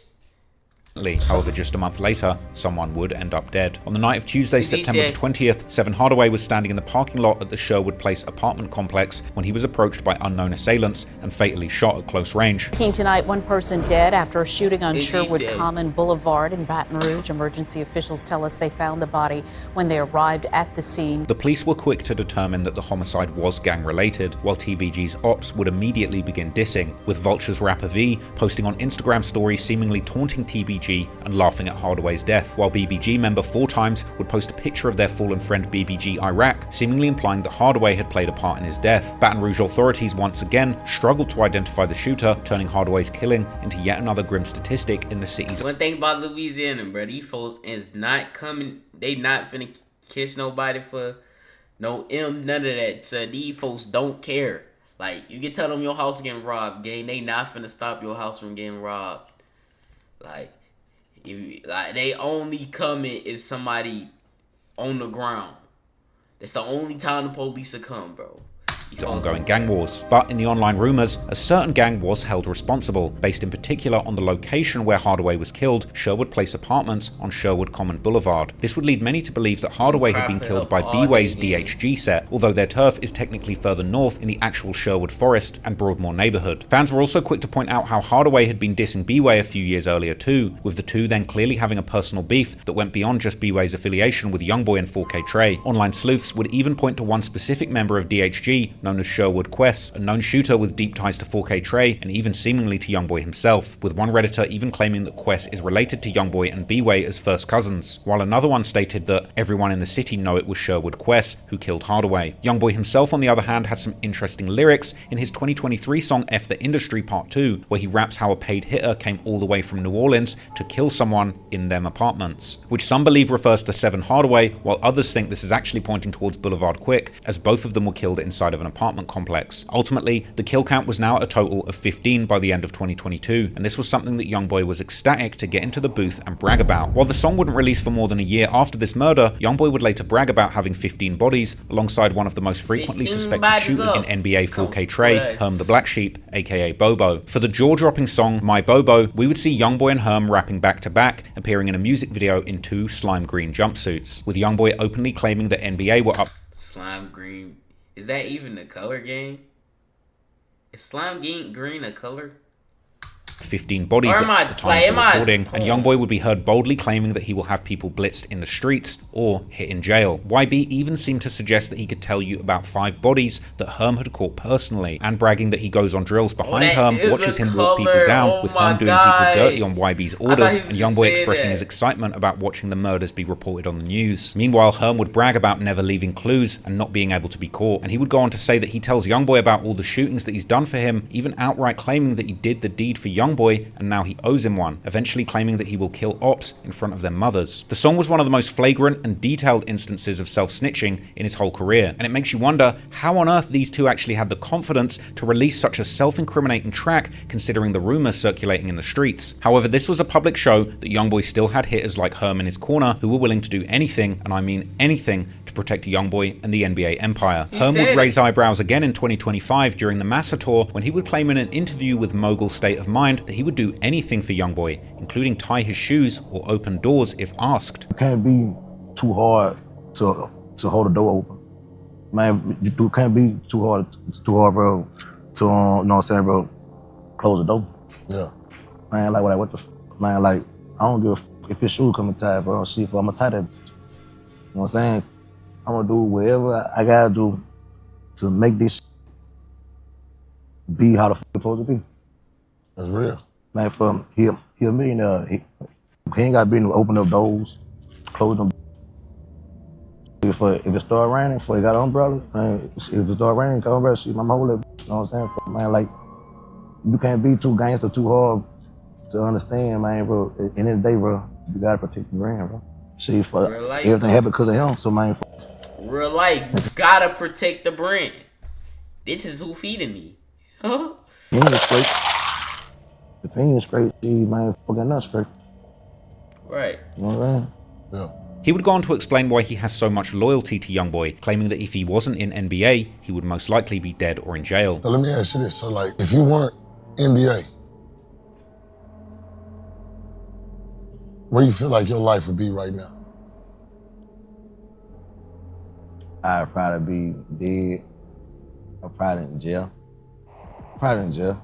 Realistically, YoungBoy's talent through music was both fueling the violent wars in the streets that he came from, but also providing lucrative opportunities for those gun-toting crash-outs in his orbit who would have had nothing better to do than lay their lives on the line for YoungBoy. YoungBoy was loyal to his people, and his people were so loyal to him in return, there was nothing they wouldn't do, from tying his shoes, to assassinations, to sitting down for life in prison if it meant protecting the man at the top of the mountain. And even after 15 souls had been taken to protect that man, things were far from over. Going into 2023, the 4K Trey killers had been getting more active than ever, and most likely the count was already well on its way to the jaw-dropping 19 bodies that YoungBoy would claim in 2024. Sherwood Extendo, real name Courtney Brown, was a nephew of a rapper known as Tech, who is a member of an alleged gang known as Spider Gang, as well as the head of his own record label known as Spider Nation. However, the label and the gang might not exactly be strictly separate enterprises, as according to a recent October 2025 indictment. They just made it a label so the feds won't come after them. It's the only reason why they name it, they instead of saying Spider Gang, Spider Label. Several people from the label were arrested and charged in a large-scale drug bust by the Baton Rouge police. These people not including the rapper Tech himself though. Sherwood Extendo was an old acquaintance of YoungBoy, as the two had done music together all the way back in 2016 when Extendo went by the rapper name Low Key Extendo. Tech also explained in his interview with Real Tune TV how every rapper in Baton Rouge was cool with each other in the beginning before the fame came, saying that he would also be in the studio with YoungBoy. Like if you just watch and pay attention, you can see like YoungBoy was with G Money at one point. You know what I'm saying? He used to be in the studio with us too. Yeah. Like he used to, like when I first met him, he was in the studio with Scotty. Scotty Kane, he used to be in the studio with him. He was about to sign with him. He was from New Orleans though, huh? Scotty Kane? He from BR too. I've been knowing him since I was like 13. I'm telling you, like since off the porch, like when you know what I'm saying? I've been knowing him. Like that so small, bro. Everybody know everybody. It's just the fame really f***ed our shit up. When that started to get a spotlight, everybody wanted to be that, so it was like we all fighting for it, like crabs in a bucket trying to climb to the top, pull each other down. Like the TBG rappers Fredo Bang and G Money, Tech and his partner Main Music, also of Spider Nation, were slightly older than YoungBoy and had been in the industry for years. Tech originally being signed to Master P's legendary No Limit imprint in the early 2010s, as well as later having buzz from songs like his 2016 hit Go Crazy with his partner Main Music. But after YoungBoy's career blew up, slowly a beef between the two would begin developing, with Tech seemingly choosing the side of TBG and the war that had taken over the city, as Tech also had personal friendships with many people that 4K Trey had allegedly killed, such as TMH 3 Throw from the Too Many Hitters gang, who Sherwood Extendo was also heavily affiliated with, even sometimes being called TMH Extendo, as well as from gangs like TBG, one of the biggest ones of course being none other than G Money, with Tech dropping the song Through the Storm G-Mix in April 2018 to pay tribute to his— I remember when he said that everybody was like he had something to do with the fallen friend G Money, and so the dissing would eventually get increasingly more and more public, like later in 2018 when Tech threw shade at YoungBoy for having herpes. She like, you from where? I'm like, I'm from Baton Rouge. She like, where YoungBoy from? I'm like, yeah. She like, oh, like, what you mean? She, don't that boy got herpes or something? Y'all got that shit out there, whoop that whoop. Eventually, this would turn into a beef against the whole of the NBA and 4K Trey. You's a, like I say, you a sheep, I'm a wolf. It's two difference. You better stay in your motherfucking league, old and 4K Trey. Y'all 40 times 30. Old as a man. Stupid man. On a lit dude. Y'all got a daddy that's 20 years old. I'll be mad as a bitch too. You ride do anything to be down, man. These affiliations and rivalries would come to their culmination in May 2023 when Tech would go live on Instagram and seemingly begin to diss YoungBoy once again after a fan would bring his name up. Here I'm just speaking on like everything that's going on. Everything I'ma say gonna be some real. So get your little ugly on, little creaky looking right now. Give a fuck about you or your favorite rapper. On both of y'all. Wrong with you. Know one thing, they scared of Luau. I'm a one-man army. I'm just gonna bang. I ain't going for this shit. They know I ain't with that. They know I really pee on shit. Like, yeah, free R. Kelly. I on your belly, bitch. Later that month, Sherwood Extendo was driving in his hometown, stopping at the red lights at the intersection of Gus Young Avenue and North Arcadian Thruway when someone opened fire at him through the passenger side window, hitting him multiple times, after which Extendo's car would crash into a utility pole. Today we learned the name of a person shot and killed along North Acadian Thruway yesterday. Baton Rouge police detectives tell us that Courtney Brown Jr. was at a red light when someone pulled up and started shooting. Detectives are still looking for the shooter. After Extendo's death became public, Tech paid respects to his nephew on social media, as did TMH members like the rapper TMH Joker, while several YouTubers made videos about the peculiar timing of the murder so soon after Tech had just dissed YoungBoy. I ain't saying YoungBoy got nothing to do with none of this, because he definitely don't.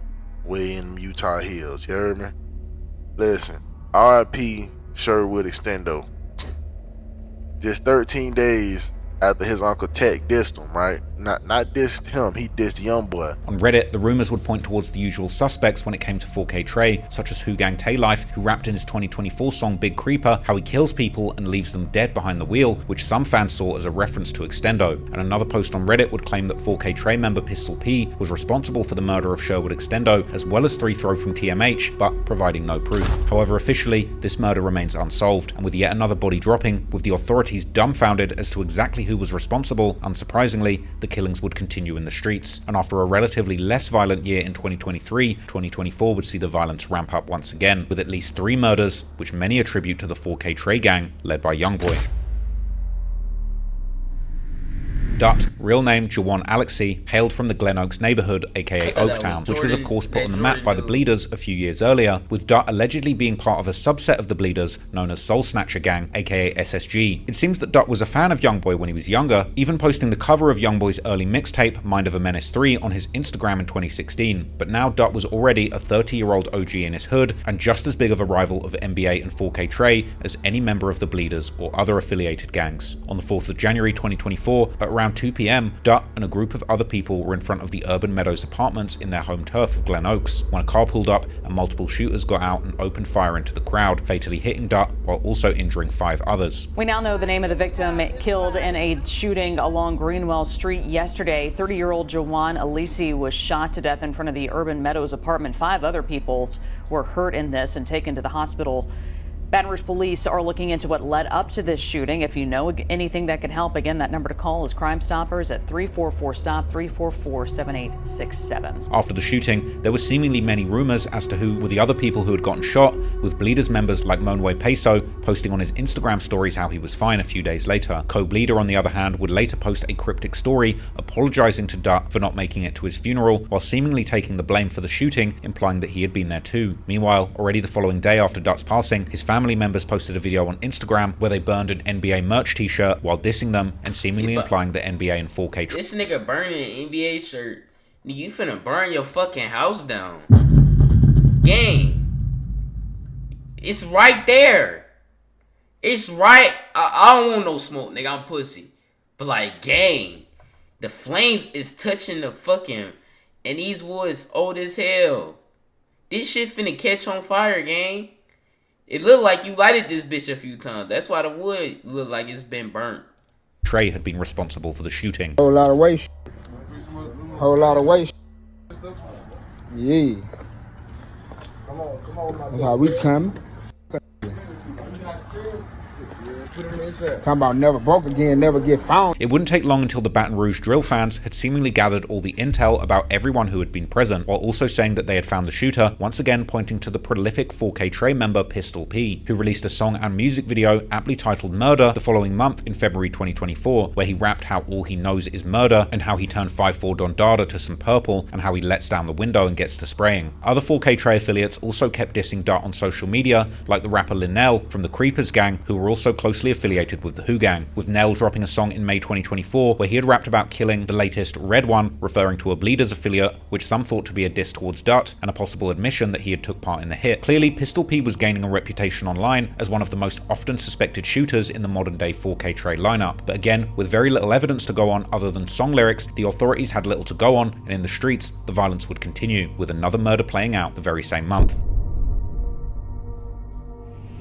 Harley Ken, Real name Kenneth Ray Payne was a man with a long history in the Baton Rouge music scene, from managing clubs to his own attempts at coming up as a rapper in the early 2010s to his long career as a manager for numerous artists, from early acts like Lil Fat and Scotty Kane, who had his own beef with YoungBoy back in the day, to contemporary artists affiliated with the TBG side of the war like the late True Bleeder, and TG Commas, another rapper affiliated with the Bleeders who's been having some major motion in recent years. Harley Ken was a businessman, but clearly he had chosen his side in the intertwined world of Baton Rouge's street politics and music industry. This hadn't come without consequences, because as Harley himself would once admit during one interview with Change of Plans YouTube channel, he had heard that there was money on his head in the city due to his affiliations, but he wasn't bothered, as he had been in the streets of Baton Rouge for so long that he knew what came with it. I've been in this same beef, I've been in this same, these trying to kill, I've been in this ever. That's why they bother me, like, it don't bother me that they say, oh, you got a bag on your head, this, man. It bother me, because I've been in this forever. It's like,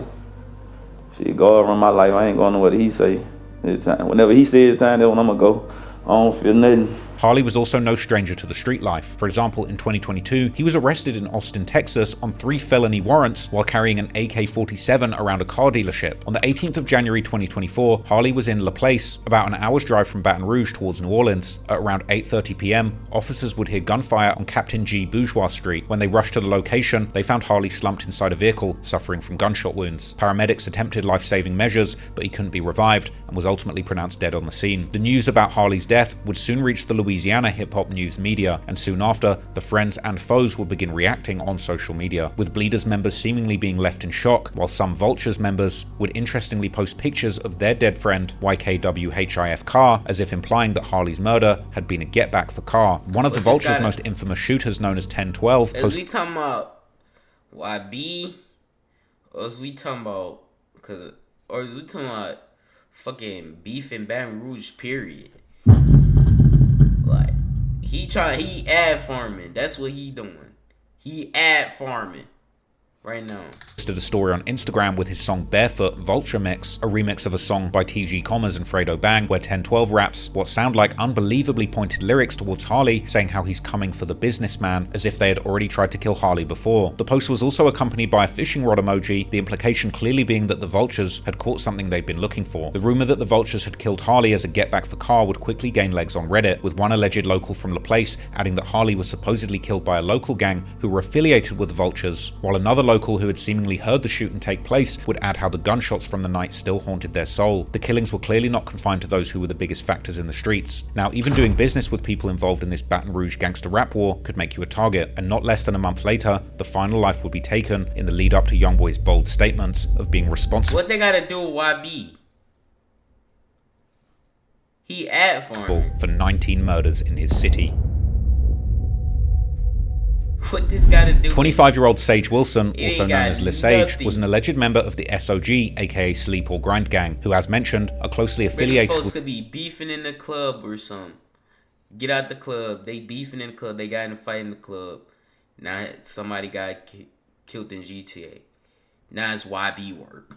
What are you talking about? The Bleeders, and Sage could sometimes be seen in their music videos. On the 22nd of February 2024, Sage was on the 11,000 block of Susan Avenue in the North Sherwood Forest neighborhood when a shooting would take place, and Sage was hit. He was transported to a hospital where he would pass away from his injuries, and right after the shooting, the police would seemingly have no idea of any suspects or a motive, and not much has seemingly changed since then, because over a year later in May 2025, Baton Rouge police would put out a statement asking for any information related to the murder. Tip for you, they're calling in for your help in an unsolved murder. Baton Rouge police say they are looking for information in the shooting death of this man here, Sage Wilson. Police say Wilson was shot on Susan Avenue last February. Now his family and detectives are calling for answers from the community. If you know anything that can help investigators piece this one together, call Crime Stoppers 344-STOP, 344-7866. But like always, on social media and sites like Reddit, rumors about possible suspects have been circulating from day one, as people would point out how several Vultures members were posting tributes to their fallen member YKWHIF Carr the following day after Sage's death, with people soon coming to the conclusion that Sage, like the other SOG member Mu Gotti, had both been get-backs for the murder of Carr. 4K Trey members would also take part in dissing Sage, with Pistol P posting a story on Instagram the following day, seemingly seemingly laughing at his death. But when it came to specific suspects, this time the Reddit sleuths would stay quiet. However, over on Facebook, a different rumor would develop, as the Capital Region Crime Stoppers page would post about Sage in late April 2025, asking for people to come forward with more information. And as one of Sage's relatives would thank everyone in the comments for sharing the post, one person would reply back with a bombshell, saying how everyone knew who had killed Sage, and then dropping a full name, adding that Matthews had shot Sage after they got into a fight, while adding that Sage's friend Sherwood Marty, who is an alleged SOG member, had then dropped him off to a hospital where he passed away. Interestingly, at least the part about Marty seemed to be possibly accurate, as what this got to do with YB, bro?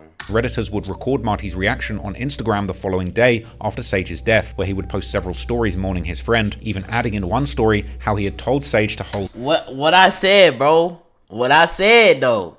You said I called the fight? I told you that's how it go. I'm telling you. That ain't got nothing to do with YB. No, I just said that's literally how every situation happened, bro. Like, every situation. A nigga be beefing in school. They done beefing in school. Now we going to real life. Now y'all meet each other in the club. Y'all in the club partying.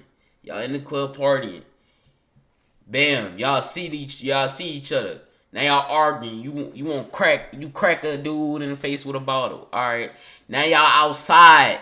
Now y'all fighting outside. Now pistols get the drawing and people getting hit. You know what I'm saying, bro? This ain't got nothing to do with that man, bro. Like, come on, gang. It all starts from high school. That's how all the beef start, is from high school, gang. On just for a few more minutes, which seemed to imply that he was indeed the one to drive him to the hospital. The alleged shooter, on the other hand, Dakaya Matthews, was arrested in another unrelated murder case in April 2025, where the police would also claim that's that why you can't believe everything you see on the internet, bro. The internet will have your life messed up, gang. I'm trying to tell people, bro. It's part of a gang. That's why right now, like, I'm a streamer, so I gotta scroll through the internet to find content. But really, I don't like scrolling through the internet. Like, I don't watch TikTok, none of that shit. Anytime I get on TikTok, I'm posting my videos. I don't just sit down and scroll through TikTok. I don't do that shit. Known as SGK, or Shiesty Gang Cartel, who had committed a series of auto thefts and other crimes. The investigation into the SGK would amount to more charges, when in June it was reported that 3 people with connections to the gang were hit with drug and gun trafficking charges. For now, it's still not... What the fuck this gotta do with why... Nah, I'm skipping this. I ain't no fake. Oh my god, they asked me back. We finna see what this gotta do with YB. Okay, we got a picture with 3. So let's go back a little bit. Were associates who got into an altercation, which ended in a shootout that would ultimately Baton Rouge history would take place. The first to lose their life would be 26-year-old Timotheus Bowie Jr., who was gunned down just after midnight during a shootout at the Vultures rapper YKWHIFV's show in the Palace nightclub. Bowie was a man better known as Bop, and bro, like, unless it's like a hit or somebody drop your low, gang, most of these folk just be walking across the street and be bumping into each other. And then they meet each other eye to eye. Now they arguing. And that's when pistols get the drawing. And unless somebody sent your low, in which that's most of the shootings when people just drive by and bang it out and then drive off. That's because somebody sent your low, or that's because somebody seen you somewhere. They probably was driving and seen you at Walmart, leaving Walmart, and now they finna follow you from there. But that's still running into you. Unless somebody sent your low. Could be the person sitting next to you. Could be the neighbor. Could be somebody at Walmart. Unless somebody sent your low. That shit wasn't planned, bro. What the fuck this got to do with YB? Niggas could be running to fucking Popeyes. Ran into his ass. Walking to Popeyes. Now they arguing. And now they get the banging it out. They got nothing to do with that man. This man all the way in Utah. a man who was weirdly closely connected to both the Vultures and the Bleeders, as well as being a cousin of none other than TBG rapper Fredo Bang. And there's even early pictures of Bop hanging out with NBA members. Bop had even talked publicly about not picking a side in the war between the Vultures and the Bleeders. Hey people, this talking about how it's going on you, gotta pick a side. I ain't pick no motherfucking side. The f*** I ain't no snake. That's what snakes do, pick sides. F*** wrong with you, I'm from Scotland, and I bleed.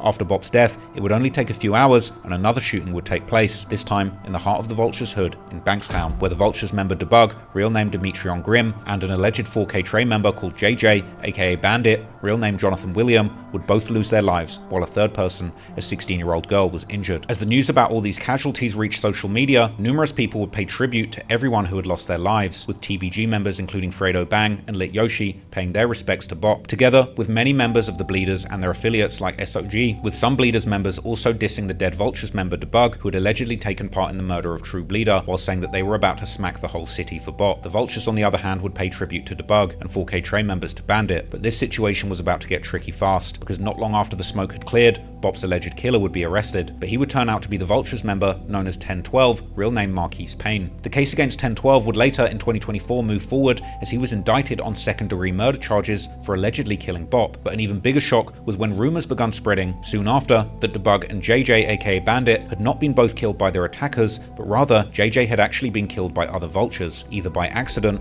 or on purpose, after the Bleeders member Fully Gang Jit would... I seen that shit. They said V had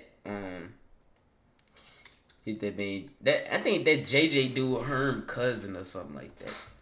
That's what I seen on claimed that JJ had failed to shoot back when Debug was killed, leading to rumors that he was later backdoored by the Vultures. Shockingly, these rumors would seemingly turn out to be confirmed as the Vultures rapper and Debug's brother V, real name Javea Ferguson, was arrested in August for the murder of Jonathan William, aka Bandit or JJ, together with 3 other people. This incident possibly throwing a wrench into the relationship between the Vultures and... See, that's what I was saying, because JJ is Herm's cousin.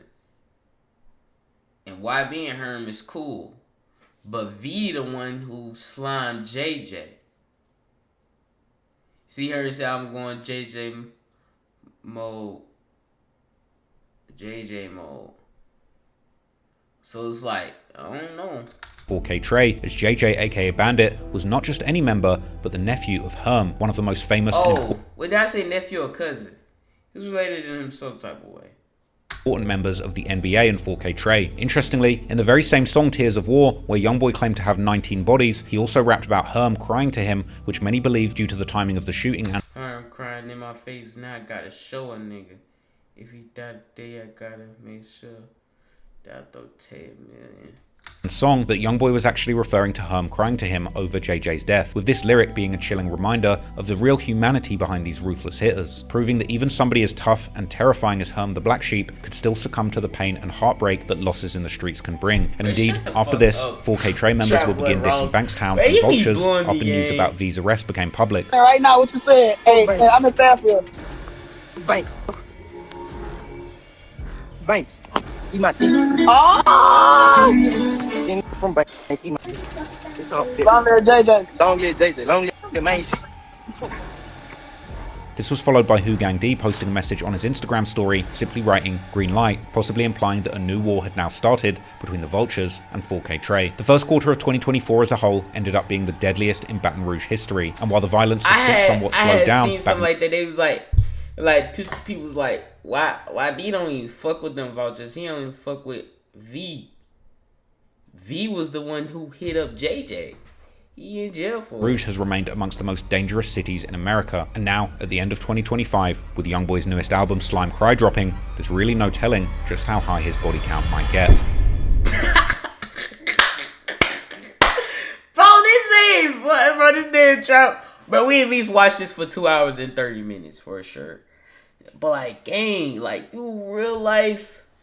Oh my God, this nigga Trap Boy Ross is the Feds.